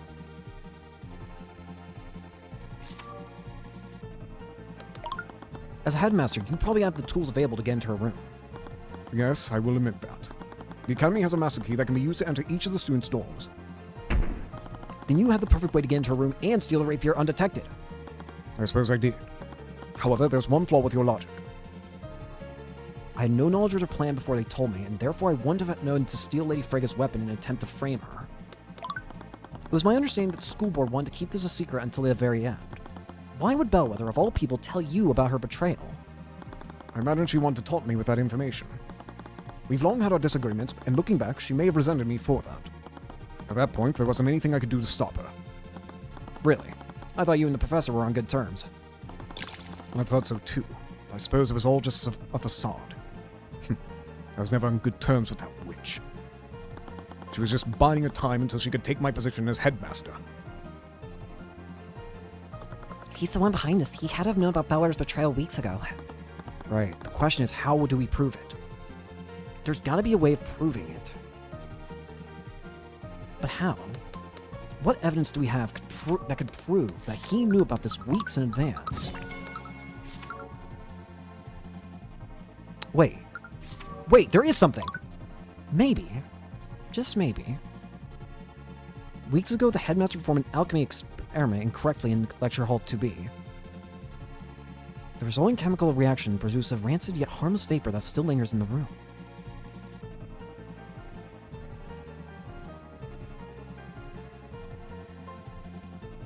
Objection!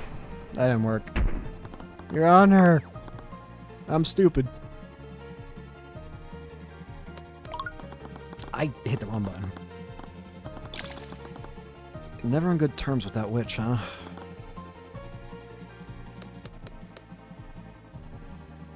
I had no knowledge of their plan beforehand. Wait! Objection! Nope, never mind. You're an idiot.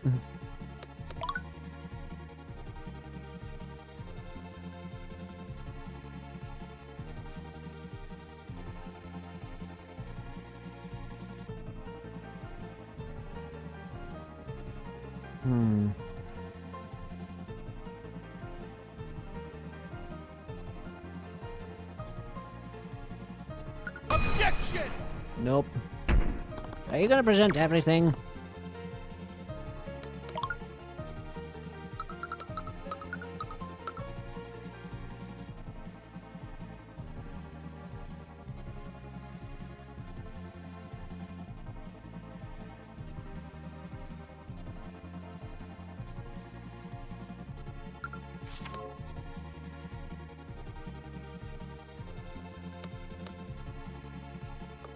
If he's the one behind us, we had to know about Bellwether's betrayal weeks ago. So we have to prove that he somehow knew. How would he have just known?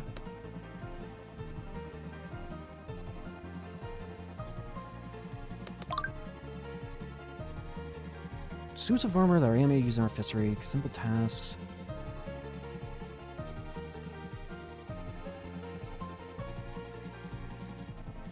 Objection! You're an idiot. Stop throwing random things out, please.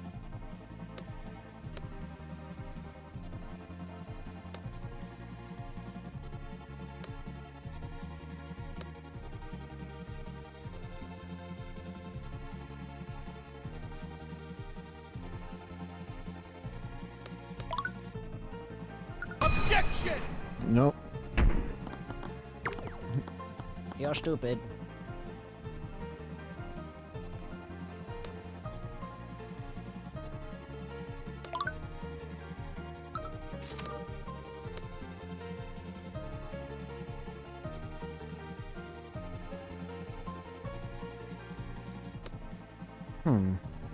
No knowledge of her plan before she told me.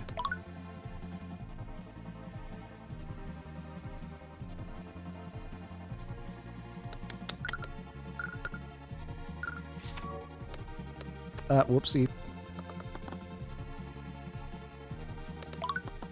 What I learned about recently. Professor told me about her plan on the day of the murder.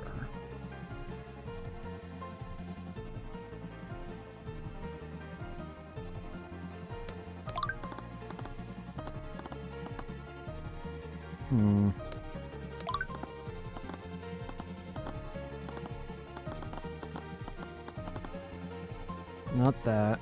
Supposed murder weapon was stolen from Lady Freya.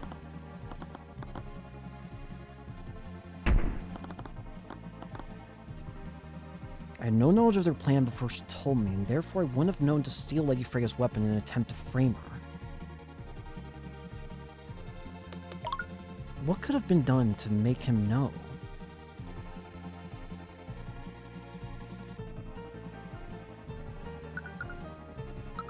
Objection! Map.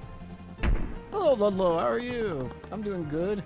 I'm currently trying to figure out the piece of evidence to prove this guy wrong. Because my brain hurted. She had a history of bullying students for... Objection! It's not a reputation.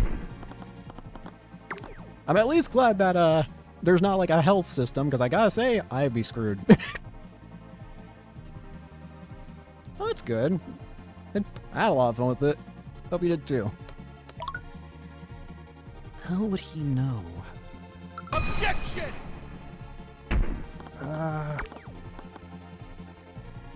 Tyrion, could you stop throwing out every piece of evidence you have and give me something concrete?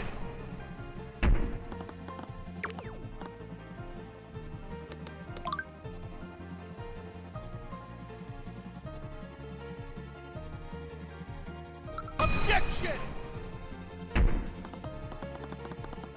Oh, damn. That long of a break between for you, huh?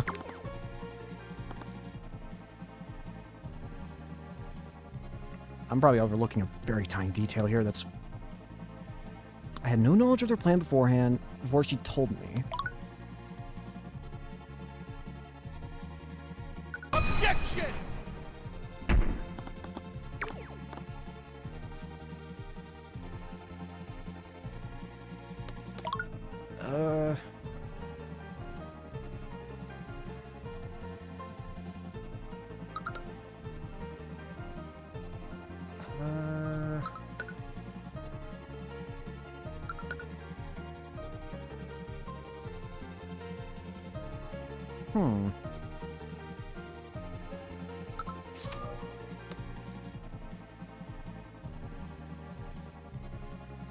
Took way too much time being games. That's fine. Yeah. It's just something that happens sometimes. I feel like I probably get that problem with some games too. But I don't know why my phone started doing that. The murder weapon was stolen from Lady Freya. This happened weeks before our meeting.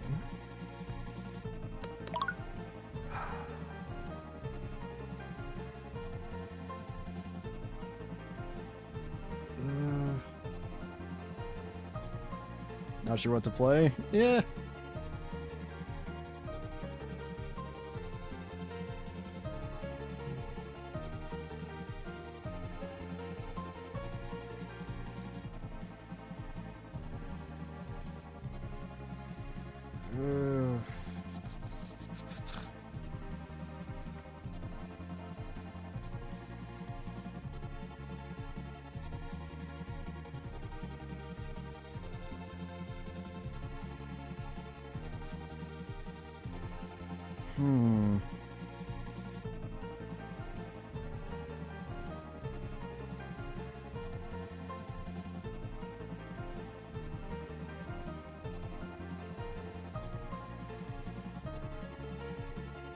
Man, I'm really stumped on this one.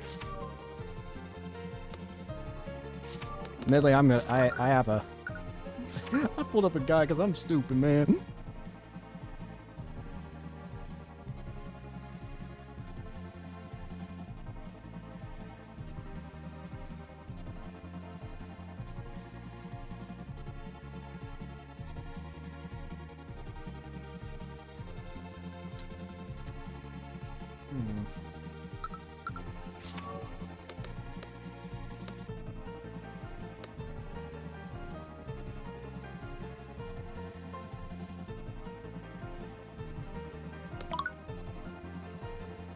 Objection! There we go. Redmond, you keep saying that you didn't know about Bellwether's plot before yesterday. Do you still plan on standing behind that claim? Of course I am. It's the truth. I'm sorry, Redmond, but you should really close your door during your meetings.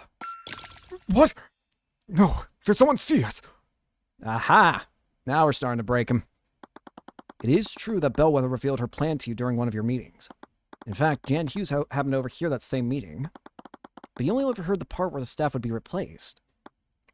Ah. And that's the strangest part, Redmond. According to Mr. Hughes, this meeting occurred weeks ago. You can't accuse the headmaster of perjury based on a rumor. Everything you just said is based on secondhand information. Mr. Hughes distinctly overheard that the staff would be replaced with arcane constructs. That is too specific and too accurate to assume that he misheard.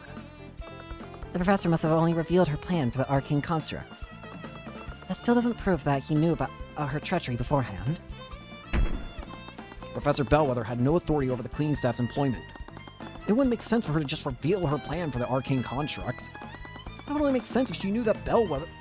if he knew that Bellwether would be taking his job. So tell me one thing, Redmond. Why did you find the need to lie about this? Is it because you saw a need to establish an alibi? Redmond, I'm only going to ask you one more time. Did you murder Catherine Bellwether? Theodore Redmond had done something truly terrible.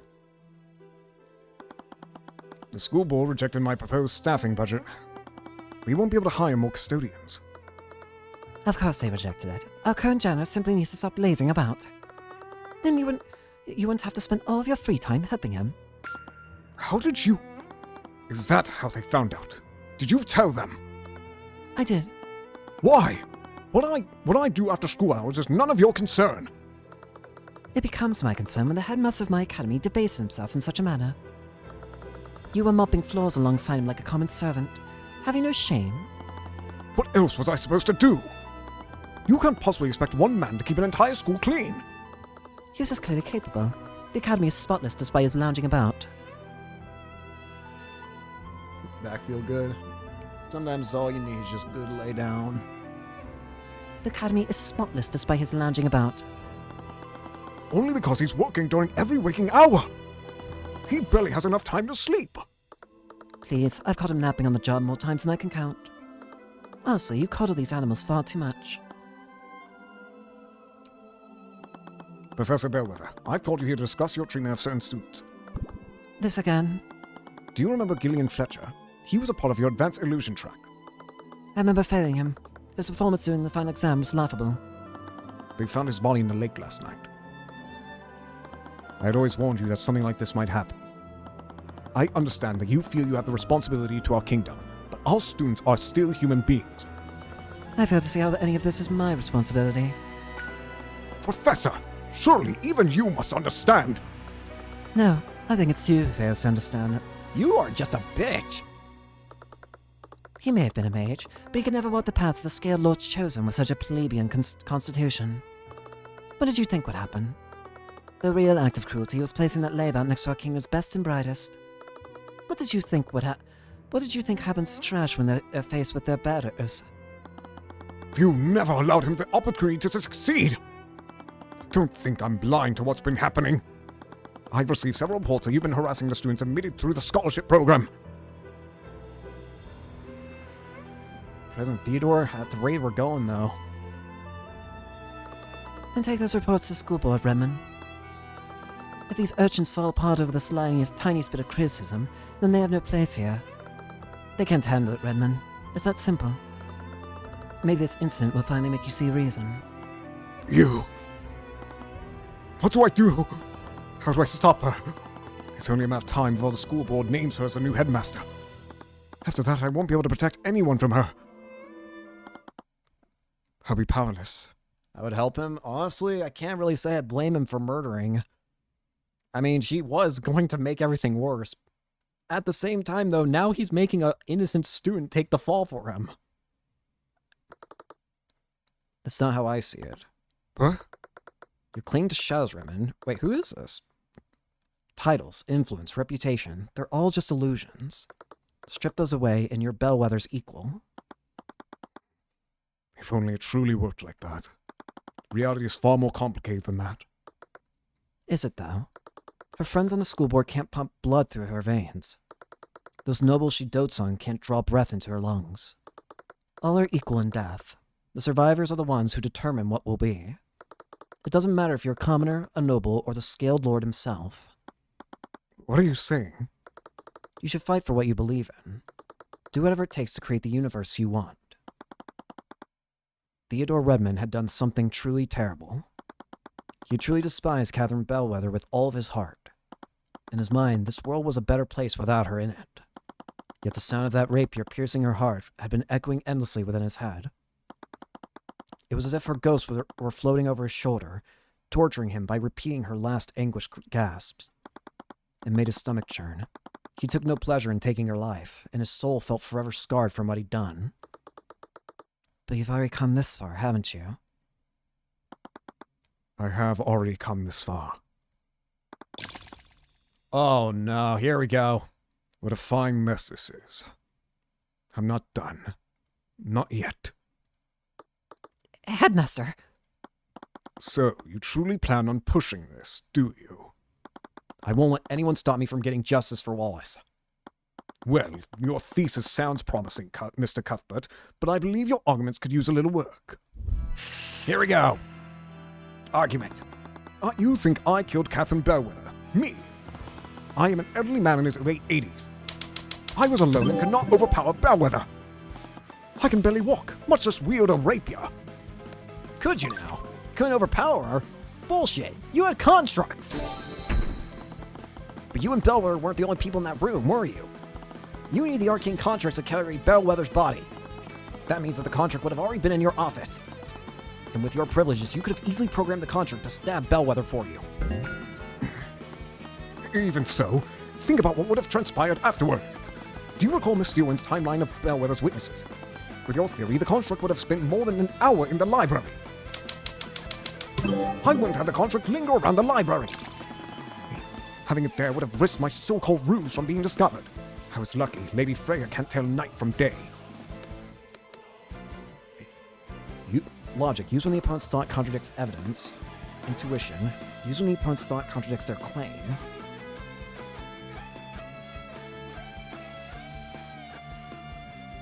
Empathy. Emotions contradict their claim. The happiness makes sense. Does their thought contradict their claim? They claim that I wouldn't have the contract linger around the library. But they're thinking that they were lucky. What would the evidence say, though? I wouldn't... When they're thought, I was lucky. Lady Frigg can't tell night from day. Remen, what you're saying clearly doesn't matter. Oh. What kind of weak assertion is that? How could you possibly know what I'm thinking? Nope. It's an intuition, then. I'm wrong. The timing deduced from Miss Frega's testimony is predicated on one thing. She saw Miss Bellwether exit your office after your meeting. However, if we assume that you're lying about when this meeting ended, your entire argument falls apart. Miss Frega would have encountered Bellwether after her death at 2:01 p.m. Miss Frega would have made a mistake like that. Miss Frega thought it was morning when she saw Bellwether. She can't reliably tell the time. Then what about where the rapier was placed? If I really was to murder them, that would mean I planted a weapon in the young Wallace's locker. Several of the students had lockers there that I had access to. I wouldn't have placed incriminating evidence in that locker. Wallace is one of my prized students. If I had to frame anyone, he would be the last person I'd choose. No. You're right, you wouldn't have chosen Wallace's locker, but you didn't realize it. They had the number switched. You're right, Mr. Redmond. You wouldn't try to frame Wallace, but you would try to frame Miriam Frega. It would have been the perfect act of revenge, wouldn't it? You murder your treacherous coworker and frame the daughter of the family that helped her. If Miriam had been implicated, the Inquisition would have immediately swept Bellwether's murder under the rug. But something went wrong, didn't it, Redmond? The label on Wallace's locker and Miriam's locker were switched. Anyone who saw that would have easily mixed them up. I am the headmaster of the Imperial Academy. I have records of all the students' lockers and where they're located. There's no reason I would make a mistake like that. If I truly planned this, I would have known where Wallace's locker was. A simple change in labels wouldn't have led me to make a careless mistake like that.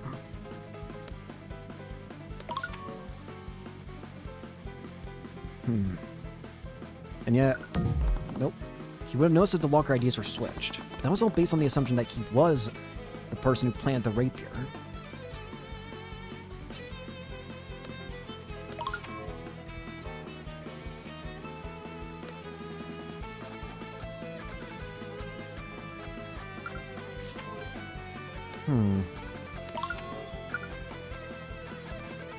If he's not the one who planted the rapier.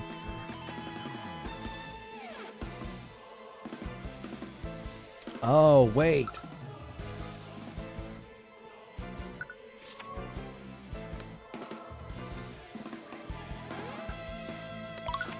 For the Arcane constructs. It wasn't you, wasn't it?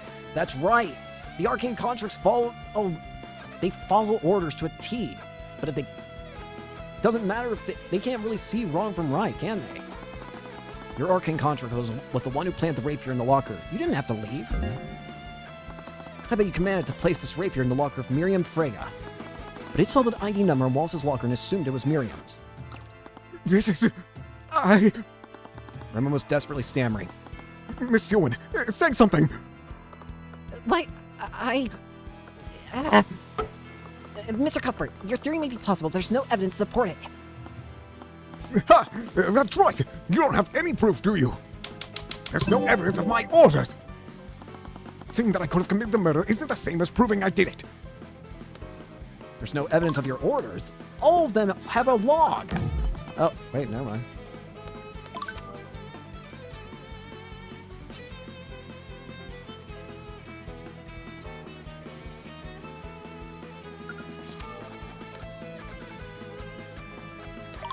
But wait, we need to check the one in the locker. Your Arcane construct is still in the locker room where it planted the rapier. Let's check its logs. All we have to do is take a look inside it, and we'll see the blood inside. Is that so, Mr. Cuthbert? Why do you still look so confident? No, Mr. Cuthbert, I already checked the inside of the construct during my investigation. The interior was completely clean. What? The construct's primary function is to assist and clean, dear Tyrion. They have a function that allows them to clean themselves, inside and out. I still wanted to erase the magical traces. Healing spells may leave traces of necromancy, but so would a healing potion. With no evidence of blood, there could be a myriad of reasons why those traces are there. Well, we can still look at its command history, right? Think about it, Mr. Cuthbert. Do you honestly think that the murderer would leave behind evidence like that? I'm sure that whoever orchestrated this plot, they ordered the contract to wipe its logs when it was finished. There's still something. But what? No! That's right, Mr. Cuthbert. Your case against me is theoretical at best. But I suppose I can still give you marks for trying. He thought of everything. Did he really get rid of all the evidence?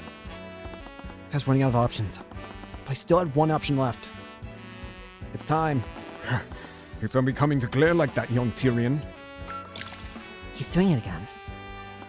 I need to bring myself back to that moment with Garrick Pierce. It's time for the Eye of Horus to shine. Everything was at stake for Wallace in this trial. He endured the collective hatred of everyone who didn't understand what he was doing.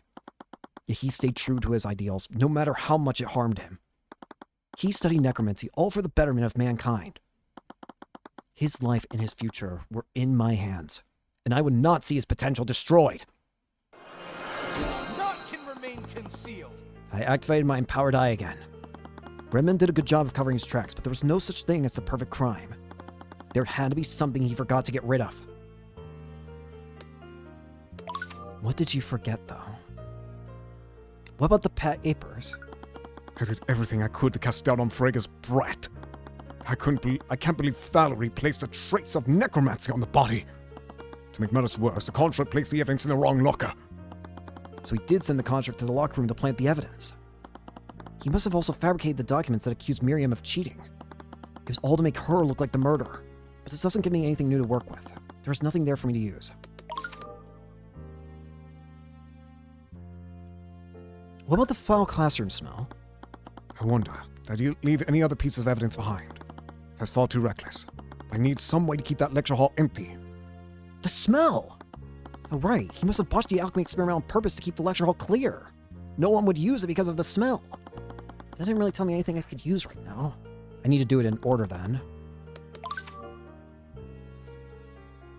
The construct's orders were clear. Plant the body in lecture hall 2B, and then plant the evidence in Frega's locker. We're supposed to head to the storage room afterward. What happened? Interesting. The construct wasn't supposed to be in the locker room.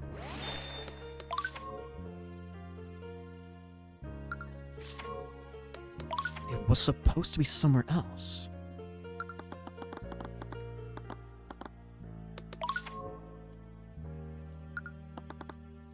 Why was the construct in the locker room? He shouldn't have been there if I'd followed my orders. No matter, it wiped its logs. That's all that matters. Wait. He ordered the construct to go to the storage room. He should have done that after it was finished planting evidence in the locker room. But we found it in the locker room. What stopped the construct from leaving the locker room? It was the logic imitation, wasn't it? Oh. Someone or something must have interfered. But what? Wait. That's right, the lockdown. Right, the body was probably reported earlier than Redmond expected. That meant he probably started the lockdown while the construct was still in the locker room. How did the lockdown affect the construct's actions? Does this change anything? Maybe. Redmond's series of commands was interrupted by the lockdown. Right, the series of commands would have been interrupted. Wait a minute! Constructs execute a series of commands in the order they are given. But let's say one of those tasks is impossible to complete. When the construct gets that task, it will deem the entire series impossible to complete. As a result, it will stop executing the series altogether. So if a task in a series of commands is impossible, then that command will interrupt the entire series. If Redmond was trying to cover his tracks, the construct's final command would be to wipe its memory. But if its orders were interrupted by the lockdown, then... Miss Steelwind, I have nothing more to ask this witness. What? You're not giving up, are you? Yeah, I thought so. But how are you going to prove he did it if he's not on the stand? Don't worry. The next witness's testimony is all I'll need. Next witness? The look on your face isn't one of resignation. It's nothing but a desperate bravado. Now, if you'll excuse me. I wouldn't leave. You've let him get away, Mr. Cuthbert. I hope you know what you're doing. I do, Steelwind. First, I'd like for the Inquisition to bring in the Arcane contract in the Academy's locker room. We've already established that the murder could have wiped its history. Please, just humor me for a second. Fine. Bailiff, please relay Mr. Cuthbert's request to Commander White. Well, here's your construct. I hope you know what you're doing, Mr. Cuthbert. Construct! What are your orders? Please recite your command history. Reporting. Command 1, stand by in Headmaster's office. Command 2, await vocal signal, attack from Theodore Redmond. Redmond stood up from the gallery, his face turning from confusion into terrified realization. You're done. Steelman watched him carefully, clutching the handle of her cane. Command 3, treat Catherine Bellwether as a hostile entity and neutralize. Contract! Wipe your... Halt!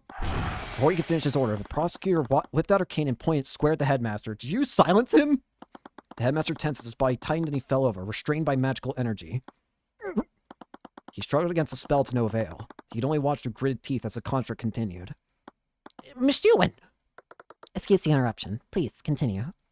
Command 4, wait vocal signal, leave from Theodore Redmond. Command 5, move to classroom 2B, reply to any inquiries with voice line number 3. Command 6, remove Catherine Bellwether from interior frame and place on floor. Thank you, construct. You can stop now. I think we all know the rest. Just to be clear, who gave you this series of commands? Commands were provided by Headmaster Theodore Redmond. You're done. How? How? I ordered the construct to wipe its command history! Redmen, constructs don't follow the same logics that humans do. They're prone to error when their commands are impossible to execute. Impossible? How are my commands impossible? You're the one that made it impossible. It couldn't leave. You activate the lockdown system. The lockdown? I imagine you never expected anyone to go to Lecture Hall 2B. The Janus twins discovered the body earlier than you expected. You had no choice but to immediately activate the lockdown system when it was reported. It would have been suspicious otherwise. However, the construct was still in the locker room when you did this. So that's why it was there. The construct finished its task in the locker room, but when trying to follow your next command, it attempted to move to the storage room, but it was prevented from doing so. Completion of that command was impossible. So the series of commands was stopped before it wiped its history. No. Theodore Redmond, you ordered your contract to murder Catherine Bellwether. Then you had it place the murder weapon in the locker to frame Miriam Frege. And we have your construct's testimony to prove it. That's your last move, Redmond. That's checkmate. I can't believe it. How could you do something like this, Headmaster? She was going to take everything from me. My position, my academy, my students. Everything would be gone. It was going to be stolen by her and the Fregas. Why didn't you say anything? I could... Don't you dare stand there and act ignorant, Lady Steelwyn. Do you think the Fregas acted alone? The Grand General is also on the school board, and he endorsed this plan just as much as they did. What? I have nothing to say to you. I thought you were different. I listened to you and the Prince's lies about societal reform. In the end, you were just like the rest of them. By the Scaled Lord, what have I done? I was even willing to sacrifice poor Wallace. Why did I ever... Oh! I saw that. It said, why did I listen, before it changed to, why did I do this? Who did you hear? I think I know exactly who. You listened to Eris. She's the one who's been having all those glitch effects happen. Why did I do this? It appears we have a full confession. The court sees no reason to prolong this any further. Bailiff, please escort the witness to a holding cell. Well, Mr. Cuthbert, you really did. Feels amazing, right? Like a big weight has been lifted from your shoulders. to be honest, I don't feel real... It's a bittersweet victory. It's nice that we got Wallace saved, but unfortunately it was at the cost of a man that really did care about the school. He really did care about everything the school was for, and he just wanted to get rid of a stain on it. Something that would have made it worse. It does, but Headmaster Redmond, what am I going to do now? Headmaster Redmond was the only reason I could even attend the academy. The school board replaced him with someone like Bellwether. Come on, don't think like that. Unfortunately, there's a good chance. You've been acquitted. You still have your freedom. I wanted to agree, but the study of necromancy was outlawed. Without Redmond's support, there weren't many places he could learn it. And then there was the staff of the Imperial Academy. Hey, not you too. Sorry, but Valentina, Valerie, and Jan, they're all going to lose their jobs. Come on, you found the truth and you put a murderer behind bars. You saved Wallace. She's right. Ruby! As we exit the courtroom, we were greeted by Miss Timora. At the end of the day, you saved Wallace from a wrongful conviction. You did what you set out to do. You should be proud of yourself for that. I just wish I could have done more. Nope, none of that. I'm thinking all that's that restaurant we went to last time. Do you remember how much that place cost? Don't worry, I have plenty of gold. Am I the only one on this team not making any money? Why don't you meet us there, Celeste? I need to talk with Tyrion for a moment. Hurry, let's go, Wallace. Okay. You used that ability again, didn't you? She didn't appear to be praising me. I did. I didn't really have a choice. The Eye of Horus is a powerful tool, Tyrion. But that's twice now that you've used that ability to get out of a tough spot. You can't keep relying on it if you want to grow. One day, you'll find a witness that it won't work on. It worked out for me this far, though. But I suppose you're right. I'll try to rely on it less next time. And that marked the end of another case in my career as a defense attorney. Another life saved and another murderer brought to justice. I still couldn't shake this feeling of uneasiness. Was it guilt for what had happened to the faculty staff? Or was it something else? I can't believe it. It was really Theodore the entire time? Can we talk about something else? Thinking about all that is really bumming me out. I hope I'm not interrupting. Oh, great. What do you want? I've always tried to act with more compassion than my fellow aristocrats, but I suppose I'm still blind to the privilege I was born with. I'm truly sorry if my words during the trial were insensitive to your circumstances. I've been speaking with the students here. There's quite a bit of outrage about your firing. Wait, really? The idea of a machine doing your job doesn't sit well with the student body. While not everyone is as sympathetic as I'd hope, most everyone agrees that your leaving would be a tremendous loss. I've spoken with the head of the student council. We believe that we can convince the school board to keep you on staff. Good! You can do that? Is that what you want, Valentina? I don't see the working conditions here improving without Redmond as a headmaster. Well, we gotta make a living somehow.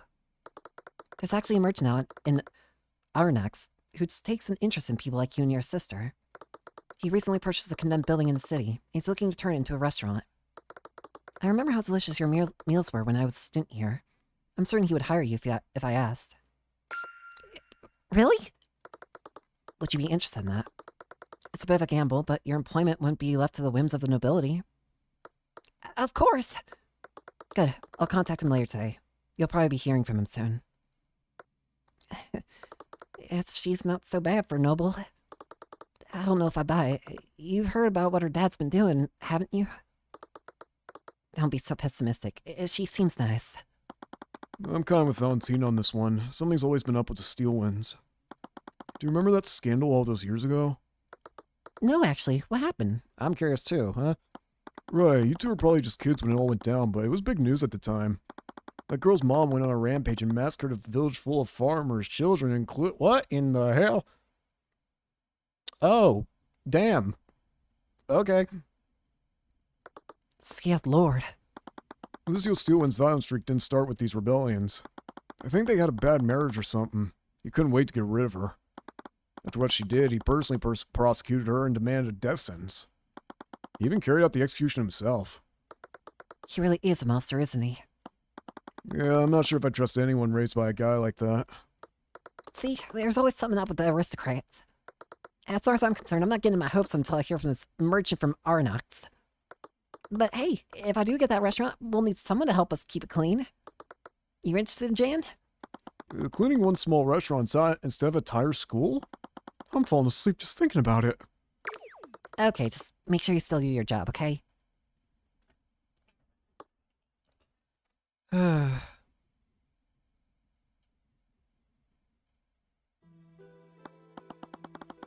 Steelan's been keeping the old-timer here for hours. What's her even asked at this point? Turns out she doesn't trust his testimony. Something about his memories not matching up with the crime scene. I mean, he is pretty old.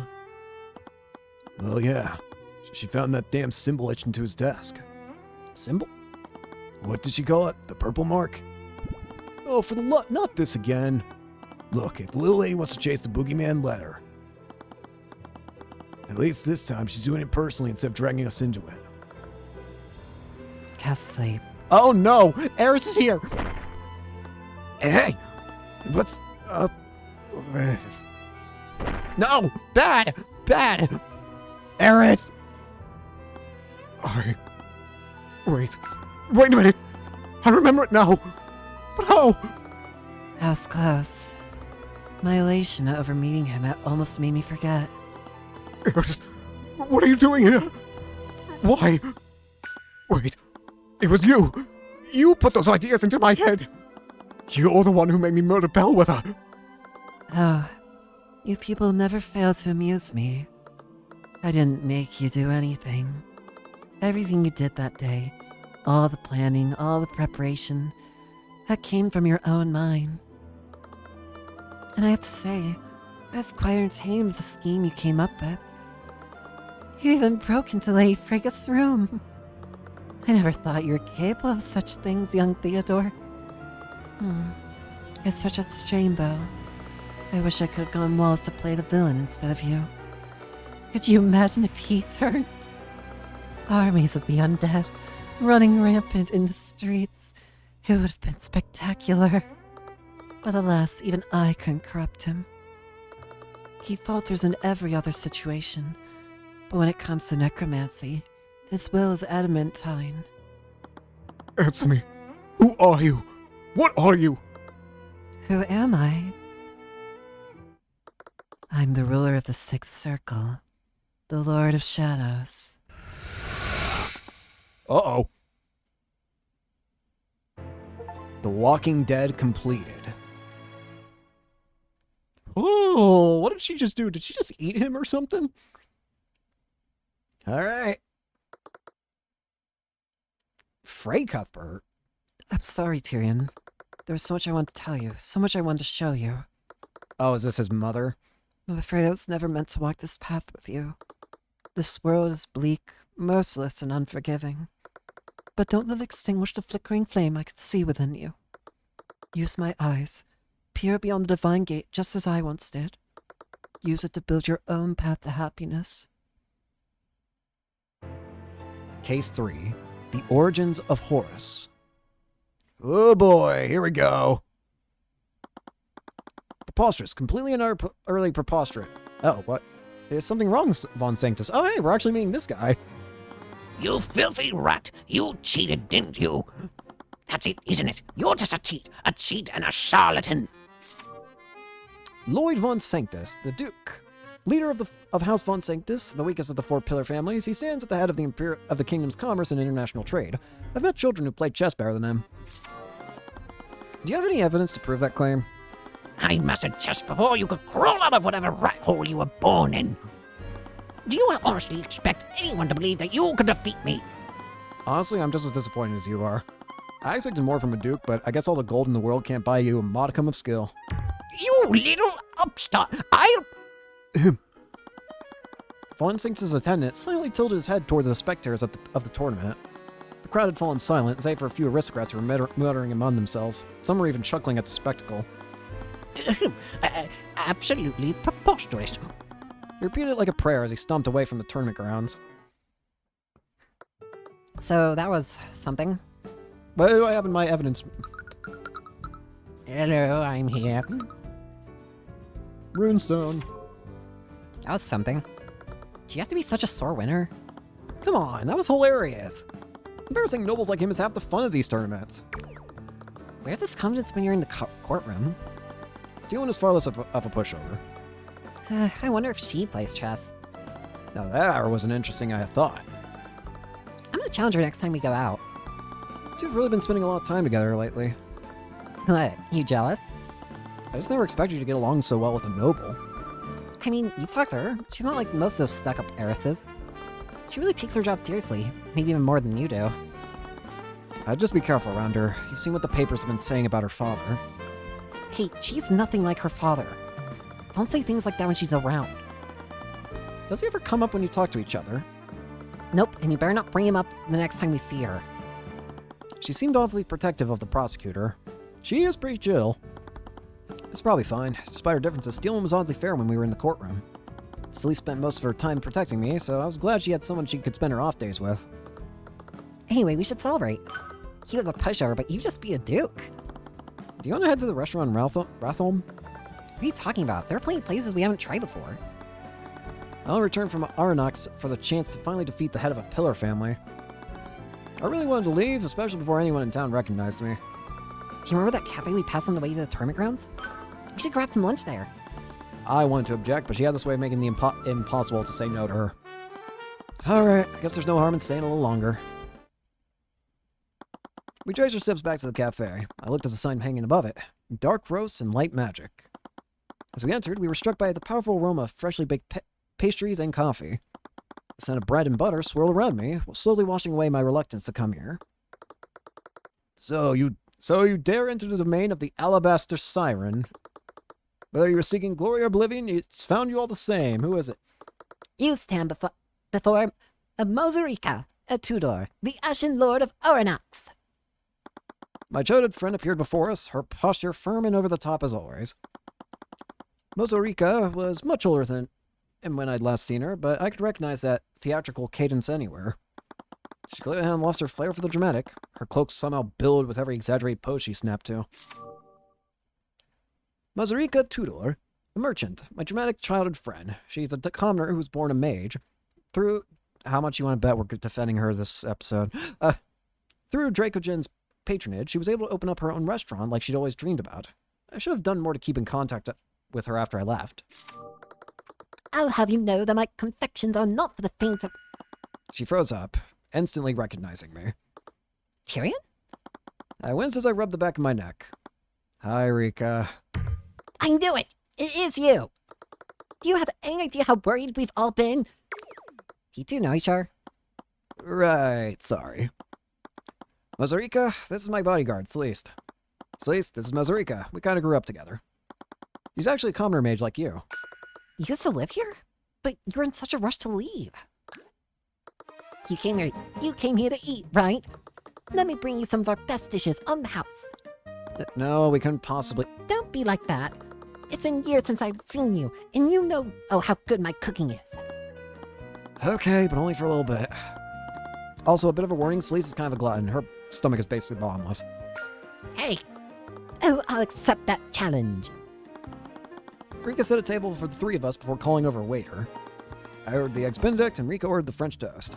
Celeste ordered an omelet, ham skillet, shaved steak, breakfast wrap, stack of pancakes, stack of waffles, chocolate crepe, and the avocado toast, which she won because she wants something light. You... I told you! I am so sorry, Rika. I'll pay for her food. This is nothing. My cafe is so far greater foes than this. Can I also get the eggs benedict and the French toast? Their food smells great. I'll pay for her. Thank you. Help me. Look at this badge. A gem with strange carvings. Is it cursed? It's an attorney's runestone. Proves I'm a certified attorney.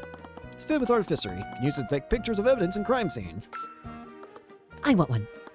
You have to be an attorney to receive one. Tyrion, people use runestones for things other than practicing law. What kind of mage are you? Evocation? A practicing defense attorney? Yeah, why am I reading? Look at you. I never expected the Lightsworn Monarch to start wearing a suit. What's this Lightsworn Monarch I keep hearing about? It's something I used to call myself when I was a kid. Wait, really? That's adorable. It pales in comparison to the Ashen Lord of Arnox. But just like I expect from my apprentice, you're practically famous now. Not even the headmaster of the Imperial Academy could stand against you. I winced at being reminded about Redman. I still didn't feel great about what happened. What's wrong? Theodore Redman wasn't a bad person. He just made a really terrible mistake. I'm not happy about indicting him. Oh, Yeah. your bodyguard really eats a lot. Celeste looked up from her plate, making eye contact with the two of us. She paused for a moment before going back to her meals. She's really good at her job. She must have been burning all those calories somehow. I heard you've been fighting the nobility. Is that why you need her? You know about that? The papers won't stop talking about you. I couldn't believe it when I saw your picture in the Arnox Post after all these years. I'm sorry. I'm just glad you're safe, Tyrion. That scary lady. She's your mother now?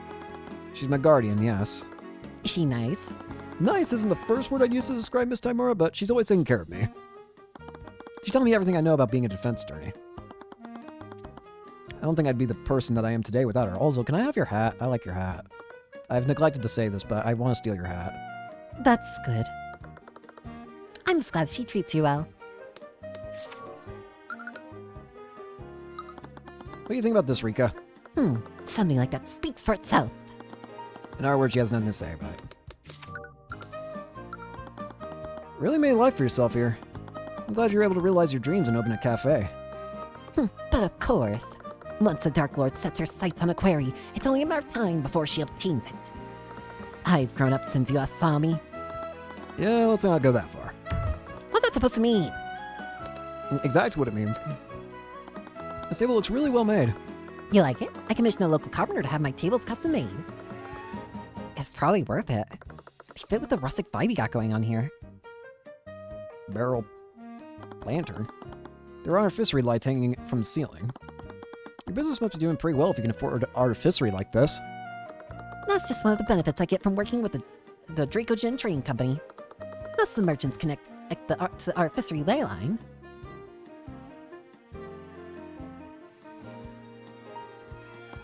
There's a shelf full of drinks, mugs, and sugar behind the restaurant counter. It must have been where Rika's employees prepared coffee to be served. Rika seemed to have decorated the entire cafe with several plants and flowers. The green added a fresh and earthy look to the restaurant. Doesn't seem like there's anything else. Arcane! Magic! Nope, don't see nothing. Doc! Sleest! Your bodyguard, Oh, we already saw this.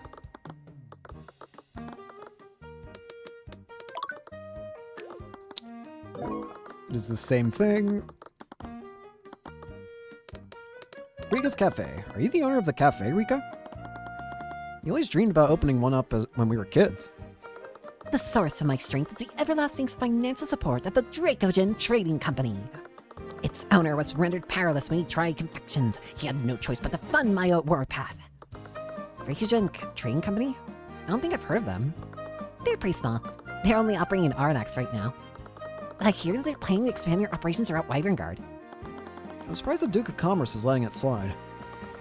Isn't he the guy you beat in the chess tournament this morning? Wait, that was you?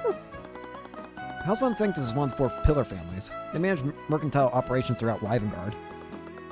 House Steelman controls the military and House von Sanctus controls the businesses. House Frank controls the banking houses and the exchange of currency. And House Sybil controls the judicial and legislative branches of our kingdom. Our next city. Is it just me or does the city look a lot cleaner than before? Oh right, you left before all those new merchants appeared. New merchants? Did they come from the Merchants Guild? Not exactly. The Dracogen Trading Company was one of the first merchants that came. They brought some of the arcane manufactories. They bought some of the arcane manufactories a few years ago. They transformed into the heart of artificery production within Aranax. Other merchants felt the way of the wind and followed them here. Being based in a port city would definitely give them an edge. And Aranax is one of the few trading hubs that sends and receives exports from other kingdoms. I just looked at her surprised. Hey, I'm a businesswoman. I know about economics. Their presence lit a flame in the city's economy. They're owned by the nobility, and they pay their employees a lot more than von Sanctus does. It's really opened a lot more opportunities for the people here. I doubt the Duke appreciates the competition, though. They're even talking about forming employee-run unions. Oh, the Duke definitely won't appreciate that. The chess tournament. So, you still play chess? Yeah, I'm nationally ranked too. I heard that some upstart commoner defeated von Sanctus at a tournament this morning. I should have known it was the Lightsworn Monarch. Upstart commoner? Hey, do you still do that thing when you play? No. What thing? Nothing. She's not talking about anything. Wait, you're actually embarrassed about it? When we were kids, you did even more than I did. What do you used to do? Why don't you show her, Tyrion? I refuse. Come on, show us Tyrion. The thing. I think I'm a little too old for this. I am insulted that you think age has anything to do with it. You need to feed it, Tyrion, lest your radiant light be smothered in a flickering ember. Do it, Tyrion. Yeah, do it, Tyrion. The two of them began chanting, drawing the attention of our patrons in the cafe. I took in a deep breath. Those who stand in the shadows, those who fear the light of divinity, your Imperials will fall and your armies will perish. Kneel and cower before the divine gaze of the Eye of Horus. I am Tyrion Cuthbert, Emperor of Light and the sworn enemy of darkness itself. They were trying really hard to contain their laughter. Well, that's why I don't do it anymore. No, that was great. That's really cool, Tyrion. Her poorly contained laugh puffed out with each word. And why are you laughing? You were just doing it a moment ago. Yeah, but she owns it. Ugh. You used to say something else. What was it? Oh, yeah. It doesn't matter who stands in my way. Man, king, or god? Yeah, that's it. He still says that sometimes. Well, it's been nice catching up with you, Rika. But I think it's time for us to get going. But we just got here. I'll let you go this time, Lightsworn Monarch. But by partaking of the food within my realm, you've fallen under its curse. Curse? You are now bound to my domain for eternity. But I'm a benevolent lord. You're only charged with my service of right to me at least once a fortnight. How long is a fortnight again? I have no idea. Isn't it like 2 days or something? 2 weeks. 2 weeks. I was right on the 2 part. I'll stay in touch, Rika. You better. Don't just disappear like last time. We left the cafe and made our way to the local merchants guild to rent a carriage. The city street seemed a bit more crowded than before. Must have been some kind of event going on. Hey, Tyrion? Yeah? She fidgeted with her hands and seemed unable to make eye contact with me. She looked like she wanted to say something, but she couldn't find the right words. Never mind. It's nothing. Okay. We made our way to the Merchants Guild in silence. With each step, we found the streets becoming more and more crowded. I really hope that this traffic wouldn't interfere with the ride home. What's going on? Hi, can we rent a carriage for the travel to Rathholm? Sorry, but travel outside the city is temporarily closed. What? Why? Haven't you heard? Stealing soldiers locked down the city. They set up a blockade and everything. A chill ran up my spine. What are you talking about? Check the city gates if you don't believe me. We arrived at the city gates. Like the man had said, there's a division of knights blockading the exit to the city. There was an entire legion of them. Their flags bore the colors of the King's Guard. What are they doing here? The King's Guard was a military force that responded to matters of national importance. They worked directly under Grand General Steelwyn. The townsfolk kept their distance, but several aristocrats were making their objections known. This is outrageous! How long do you plan on keeping us here? Sorry, but we have our orders. We can't let anyone outside the city until our investigation is complete. Can I just say something? I've neglected to say this before, but this knight design, why does it remind me of freaking Fire Emblem Three Houses? I played Fire Emblem Three Houses a long time ago on my own. I swear to God, this knight design reminds me so much of it. Maybe I'm crazy, but it really reminds me. We can't let anyone outside the city until our investigation is complete. An investigation? We should keep our distance. I won't want to... Oh, screw that. Before I knew what was going on, Sleece marched toward the knight station there. Wait, Sleece! At least tell us what's going on. Why is the entire city being blockaded? Sorry, ma'am. I'm not allowed to release that information. You'll just have to make other arrangements while we sort this out. Actually, I haven't seen you two around before. I'll need to take down your names and occupations for our records. But why? It's fine, Sleece. We're better off just cooperating with them. We need to avoid any kind of conflict with them. I'm Tyrion Cuthbert. I'm a defense attorney. Fine. I'm Sleece McCoy, a bodyguard. Oh! He suddenly recognized us. Our reputation did more harm than good most of the time. I looked over to the other knights. They seem to be taking notes of the people here, too. They seem to be compiling a list of everyone inside the city, but for what? The Kings are set up a blockade and prevent anyone from traveling in and out of Aranox. It seems to be making note of everyone in the city. I have an important engagement tomorrow. What am I supposed to do now? This can't possibly be legal. The Minister of Justice will be hearing of this. The nobles continued shouting at the knights. It was clear that they wouldn't be budging anytime soon. As soon as the knights were finished speaking to us, I quickly backed away. Sleece followed closely behind me. Oh boy. Tyrion, wait. She said that, but it took very little effort for her to keep pace with me. My breathing was getting faster and my head was aching. Scaled Lord, it's happening here. What? It's exactly what's been happening in the countryside. Lucio Steelwyn sent his men to keep the peace here. Oh, that's why you're so freaked out. How are you so calm right now? I probably win if they try to attack us. Well, I'm not some super warrior who can fight a legion of knights by myself. Tyrion, relax. They said they're just investigating something. There are no raids going on here, and we're in the heart of the Dukes of Commerce's territory. Do you seriously think that Von Sanctus would let a Pillar family march into his land and kills people?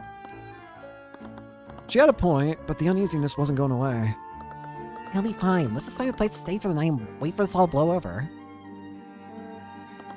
We went to a nearby tavern and found it absolutely crowded with patrons.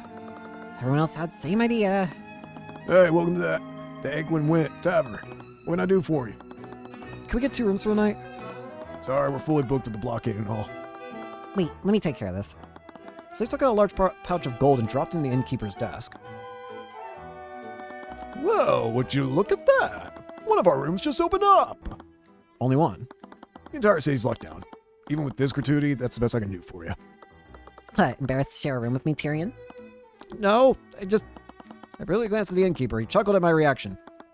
Fine, let's just go. Damn you. We walked into the room they had prepared for us. There was one bed. So, how should we... What's this king buff for? You can have the bed. I'll sleep on the floor. What? I can't just let you... Please, we're both commoners, but you live a cushy life in the city. I'm a mercenary. I lived on the road for years. I slept like this plenty of times. I couldn't argue against that, but I still felt uneasy. Alright, just let me know if you change your mind. Yeah. I let myself fall into the bed, slowly started checking the room for anything suspicious. I tried to relax, but Lucio Steelman was in my hometown. I just took deep breaths. Sleece was right. The Grand General wasn't insane enough to try anything in the heart of Lloyd Von Sanctus' territory. I really hoped that was true.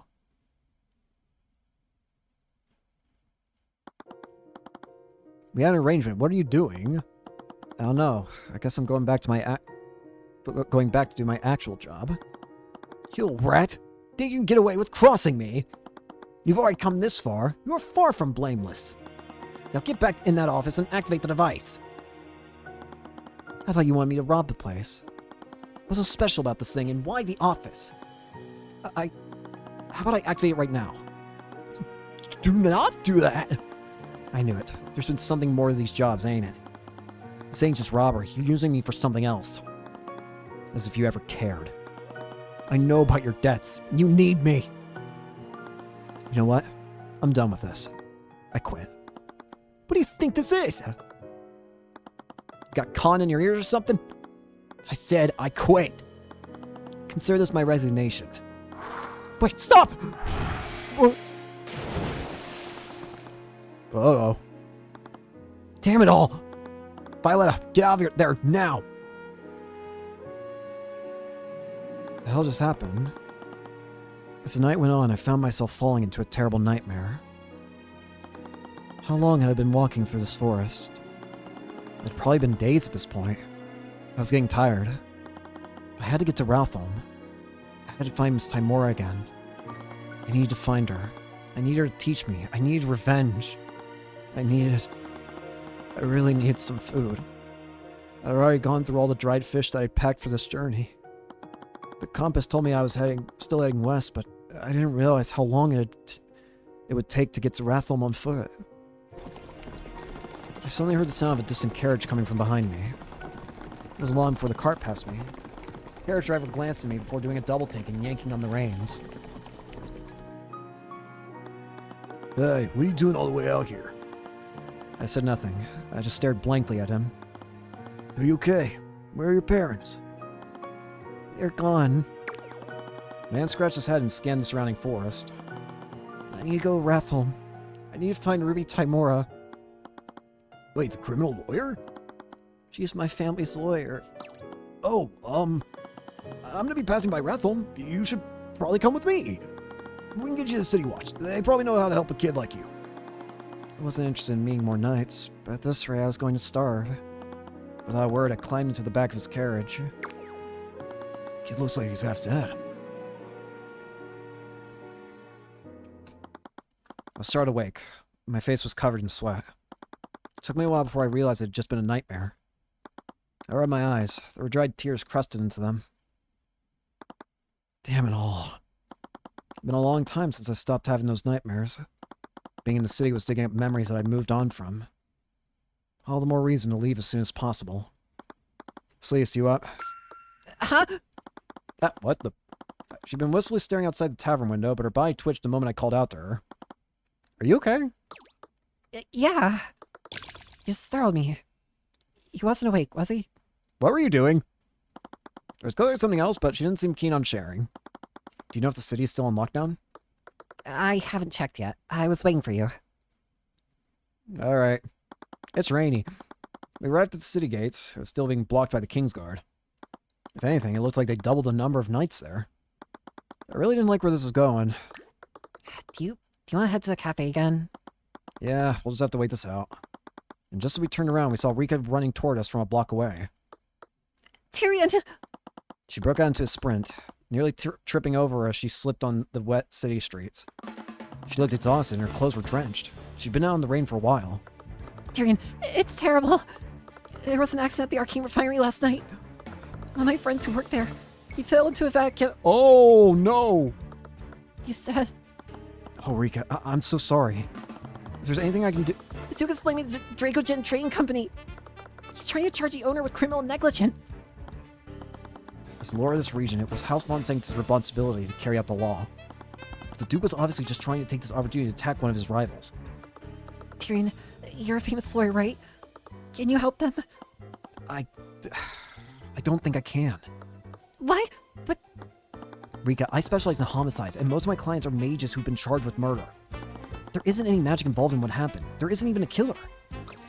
that's not true. I saw it happen. I didn't see who did it, but I saw someone cast a spell on him. It pushed him into the vat. What? How sure are you of this? I don't know. It all happened really fast. I took a deep breath. Even she didn't seem sure of what she saw. Alright. Do you know what kind of spell it was? I don't know, but it was powerful enough to break everything around it. It definitely sounded too distinct. She must have seen something. Okay, I'll head to the refinery and see what I can do. Really? But don't get your hopes up. I don't have a lot of information to work with. That's fine. I'll let Dracogen know that you're on your way. This week was just getting worse by the minute. Alright, here we go. We made our way to Arnox's Arcane refinery. I'd always avoid the industrial district when I was a child. The Eye of Horus always showed me a miasma of exhaustion and hopelessness draping over this part of town. I definitely felt less of that this time around. I'd gotten more used to dealing with my powers. Either that, or Arnox's working conditions really had taken a turn for the better. Wow, so this is the Arcane refinery. I never really understood what they do here. Those machines refine the arcane crystals that they use in artificery devices. Crystals like that can power everything from simple lights to advanced stuff like your runestone. How do you know this? I basically had to with all the extra reading I've been doing to learn how to fix your runestone. Sorry, I can't sense magic like you can. Mr. Cuthbert, Arya! And why? As we arrived, we spotted Steelwind directing the knights as they investigated the crime scene. I'm surprised to see you all here. I thought what happened this morning was being considered an accident. I should say the same to you. So you're right. Did a mage really murder her friend? My friend is an associate of the Dracogen Trading Company. She asked me to take a look at what happened. Right. I forgot that Lloyd was charging Dracogen with criminal negligence. Isn't that why you're all here? We're here because of another matter. Honestly, the death of Justin Wayne seems fairly straightforward. I'll be prosecuting the case, of course, but I doubt there's anything to dispute there. Well, if you're so confident, I guess you wouldn't mind answering my questions. Why do I feel like you're about to make my job much more difficult? Probably because I am. Weren't you the one who said that the courts operate by having two balanced powers of opposition? So you are going to defend him? I want to say I wasn't sure yet, but that was probably be a lie. Very well. If there's something out here I'm not seeing, I appreciate your perspective. I'll tell you what I know. Well, it's always nice to see you. Look at this rune. I'm well aware that you're in Turing, Mr. Cuthbert. Sorry, I don't know why I always show this thing to people. It is very useful. The artificery embedded into it is actually quite fascinating. No one fault you for being excited about it. You can palm a little. Please! In my bag! Do you know why the Kingsguard are blocking the city? Something dangerous is stolen from an Imperial ship this morning. We need to make sure that it doesn't leave the city. That's all I can tell you for now. Okay. Look at me! Seems we're going to be facing each other again. Although I wasn't expecting our next case to be so mundane. That remains to be seen. I still believe what happened to Justin wasn't just an accident. I'd say you're mistaken, but I have a feeling I may regret that. Even she's realizing, like, every time I go against this son of a bitch. Oh, this is the guy. Okay. Are you doing well, Celeste? Yeah. What's wrong? I feel I'm an Altheris Duskweaver. I told you to temper your expectations. I didn't expect her to be so insufferable. Yeah. She wasn't always like that. She was once the humblest person I knew. But as I said, fame has a way of changing people. I like the food at the restaurant, though. Yes, I'm quite a fan of it myself. Let's go there without her next time. Aw. Friends. Will Tamara be joining us well? No, I didn't even plan on defending a case while I was here. She's still back at our office in Rathholm. Probably for the best. I heard you defeated the Duke of Commerce in the chess tournament yesterday.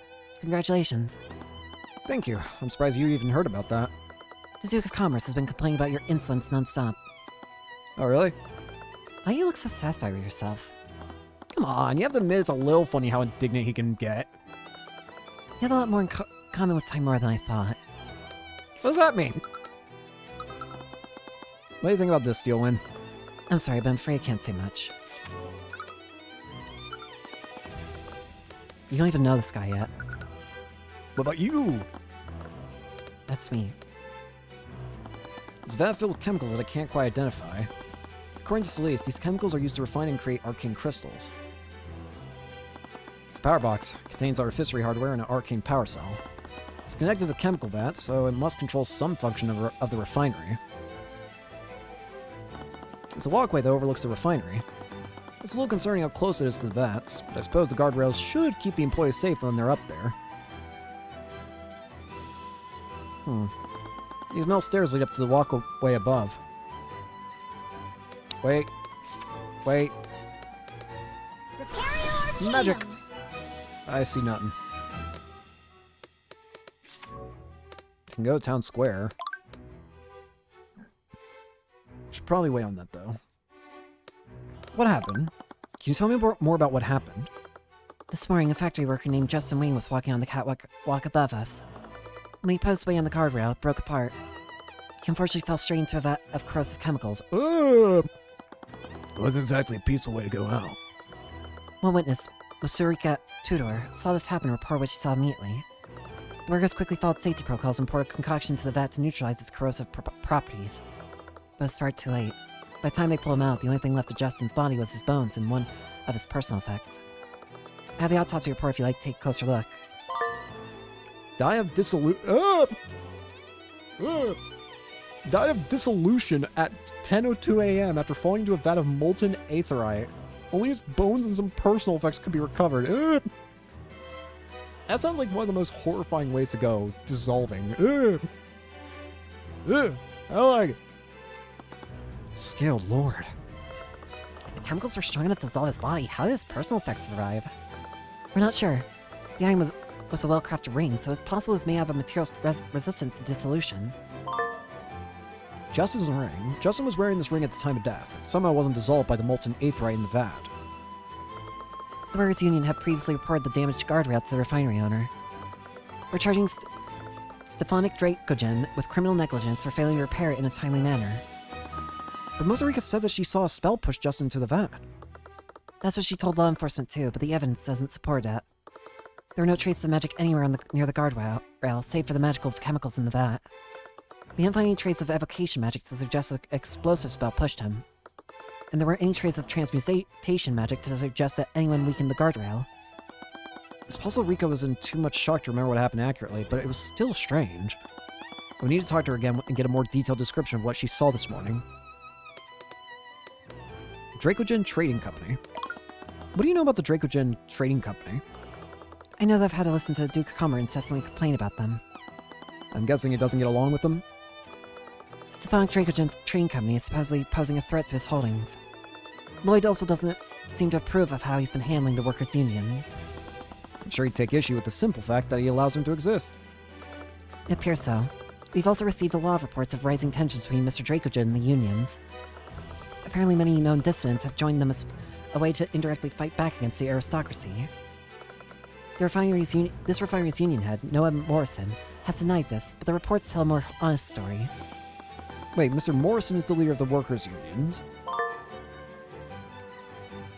There have been supposed tensions between the workers' unions and Aranax and Stefanik Dracogen. The union head of the refinery workforce is Noah Morrison, the harbor master of Aranax Harbor and a close family friend. Oh. Do you two know each other? Something like that. Mr. Morrison was the harbor master of the Aranax Harbor when I used to live here. He was a kind and generous man who used to watch me while my mother was working. I felt uneasy about talking to him after all these years, but I need to warn him if he was getting himself involved with dissidents. Although it had been more than 10 years since I last seen him, he could very well be one of them. Do you know where Dracogen is? I'd like to talk to him about this directly. The old timer's being questioned by the Kingsguard. They're asking him about the robbery that occurred before the accident. I'm sure he'll be back later today. Wait, the refinery was also robbed this morning. That's what I want to know. What? You mentioned they were investigating another matter. Did something else happen here this morning? Over the last few months, there have been a string of suspicious robberies within Aranax. There's a criminal who calls himself the Mist-Weaving Phantom. That style of naming sounded oddly familiar. The city is a hub of global trade, and several ships belonging to the trading companies have been robbed. These thefts were expertly executed. No one witnessed them, and they left no evidence behind. The few times when the Phantom did trigger an alarm, it was as if they disappeared into thin air. I guess this Phantom lives up to their name. What's most alarming is that an extremely dangerous shipment was stolen from an Imperial ship this morning. What'd they steal? I'm sorry, but that is a matter of national security. I've already told you more than I should. It's not relevant to the case, so just leave the matter to me and my father. The Kingsguard have completely blockaded the city to keep anyone from getting away. So that's why they were blockading the city. The Mist-Weaving Phantom. There's a thief who calls himself the Mist-Weaving Phantom. They've been expertly robbing several merchant ships that were resting at Aranax Harbor. No one ever spots them, and they never leave any evidence behind, hence the name. A thief known as the Mist-Weaving Phantom stole a dangerous shipment from an Imperial ship the morning of Justin's death. The Kingsguard have set up a blockade and prevented anyone from traveling in and out of Aranax. They seem to be making note of everyone in the city. Wait, did you say that your father is here? Why is Lucio Steelwind here? What is he planning? Tyrion, you have every right to be concerned, but it's out of our hands. As I told you, stolen shipments is a threat to national security. My father's taking it upon himself to search for it personally. That's... No, I need to calm down. Lucio Steelwind may have been a bloodthirsty monster in the countryside, but Aranax was a central trading hub in Wyverngard. If he started a bloodbath here, it could very well cause the kingdom's economy to grind to a halt. Even he wasn't insane enough to do something like that. My father has the best mages in the kingdom searching for it. It's clear, however, that someone is using powerful abjuration magic to mask its location. We'll just need to wait for this phantom to be apprehended. Either way, it seems like I'd learned everything I could for now. It's time to move somewhere else.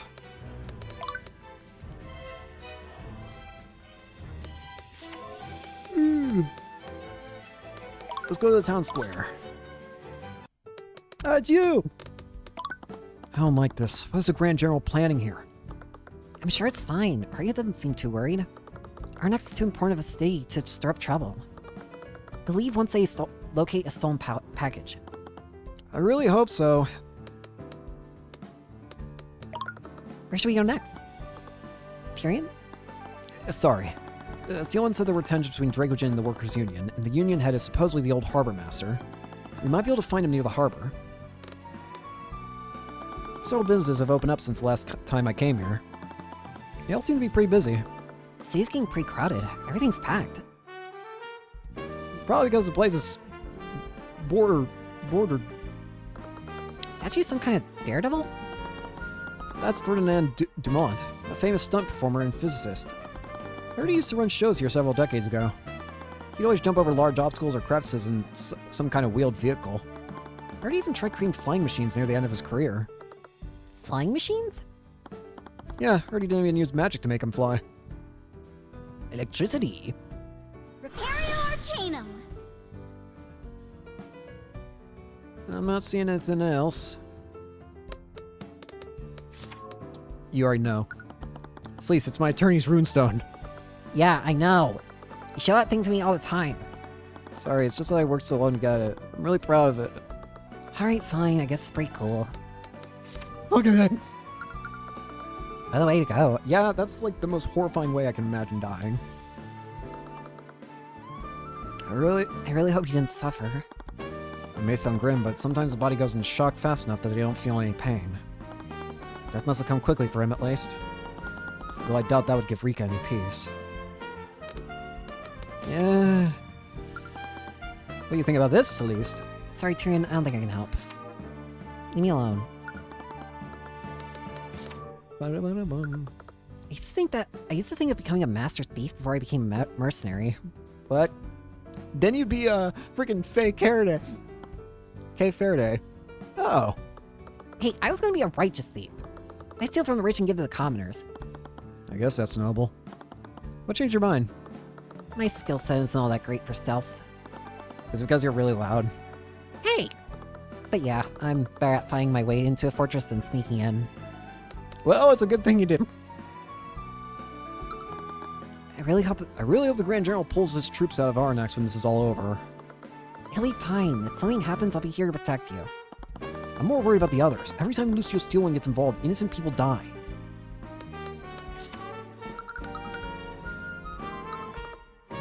Are you okay? Yeah? Why wouldn't I be? It's just that, What? it's nothing. Just forgot I said anything. Okay. We've had so many cases together. Can't believe I've only been practicing law for a month. I just didn't expect that so many of your cases to be so boring. So many of these murders just end up being accidents. That case with Wallace had some twists in it. Yeah, that one was pretty memorable.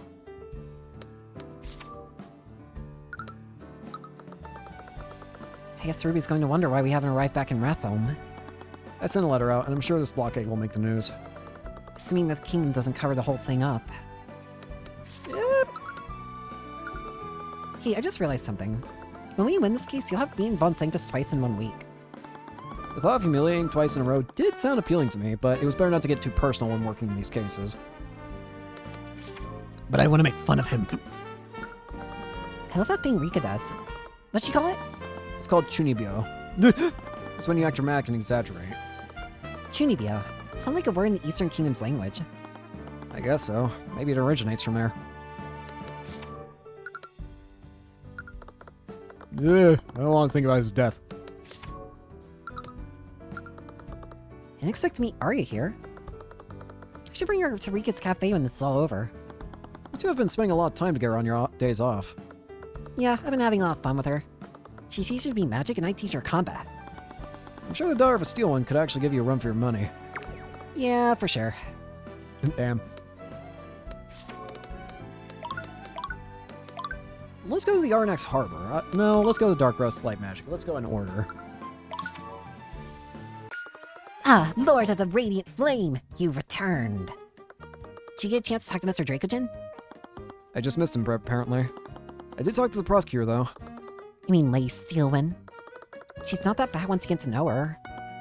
Anyways, I learned a bit more about what happened, but I think your testimony doesn't really fit in with the reports. Can you tell me more about what you saw?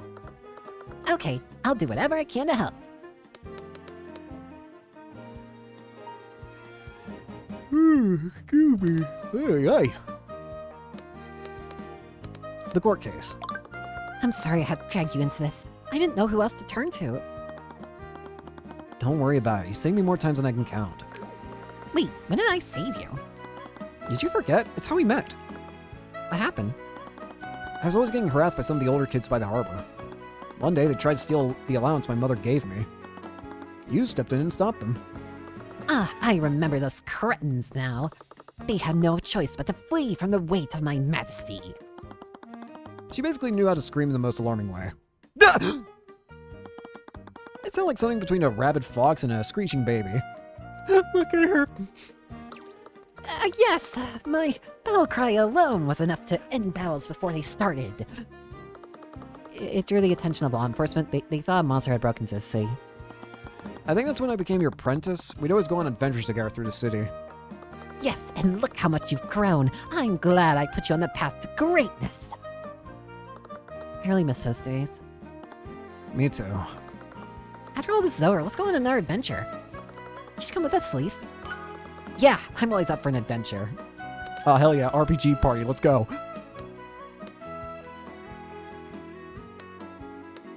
did you see? Alright, let's get to work. You said that you saw someone cast a spell that pushed Justin into the vat. Can you tell me exactly what you saw? I need every detail you can remember. It was kind of hard to see. I was on the ground level, and he was up on the catwalk. I think I saw him yelling at someone from up there. That's when I saw a flash of light. There was a short burst of magical energy that ripped the guardrail apart. Justin happened to be standing right next to the top of a nearby vat. He fell right into it. I told one of the workers what I saw, and they were trying to pull him out. I guess it was too late. Those chemicals must have been really toxic. They weren't just toxic, they were strong enough to completely melt down his body. There's actually something else. I saw Justin drop something from his hands before he fell into the vat. After they pulled him out, they tried looking for it and cast detect magic. That's when I found this on the ground below the walkway. It has a 6 on it. A leather strap. I looked at the strap more closely. It had a buckle on it, but nothing to connect it with. The numeral 06 was engraved on it. I was really confused as to what the purpose of this was. I saw a blue glow when I looked at it. It was cyan. That's the color of conjuration traces. Conjuration magic, huh? Justin was holding his leather strap before he fell into the vat of magical chemicals. It has 6 engraved on it, on the end of it. It's covered in traces of conjuration magic. Interesting. I tried to give it to the investigators, but they didn't think it was important.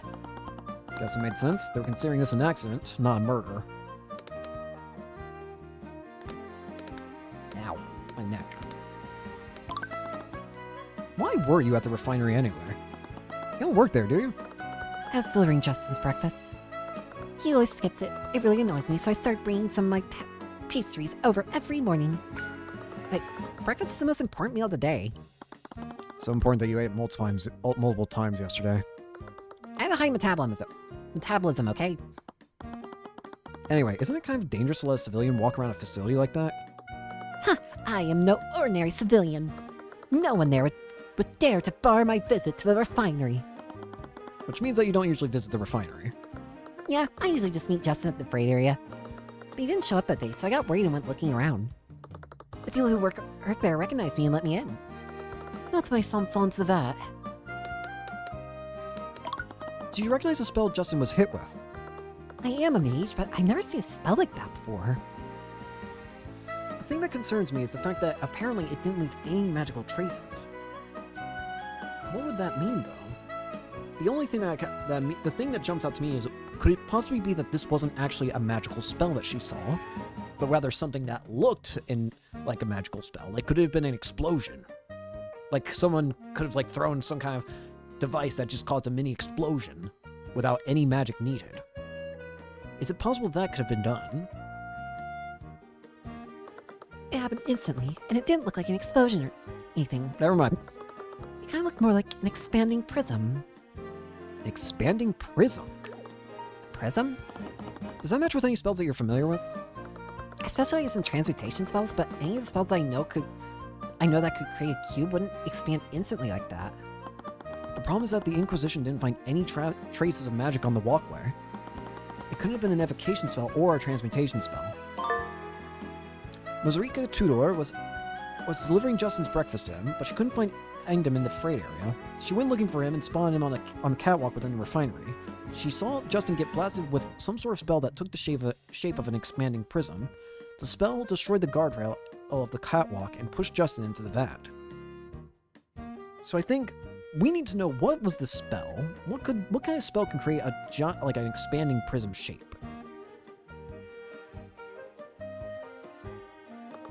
I actually wanted to ask you about that. Why would an explosive evocation spell leave traces of magic? Magical traces are only left on the objects they are targeting. Something like a fireball spell isn't technically targeting anything. That's correct, but every evocation spell produces some kind of residue. In the case of Fireball, its magical traces would be left on whatever had burned or melted. If someone used an evocation spell powerful enough to rip the guardrail apart, they would have found traces of evocation there. Oh, I never knew how technical these things were. We're lucky they are, otherwise I'd have a lot less evidence to work with. If what you're saying is true, was I wrong about what I saw? I wouldn't say that. I've been doing this long enough to know that there's always an explanation for oddities like this. If what Rika saw was inaccurate, what kind of spell was Justin hit with?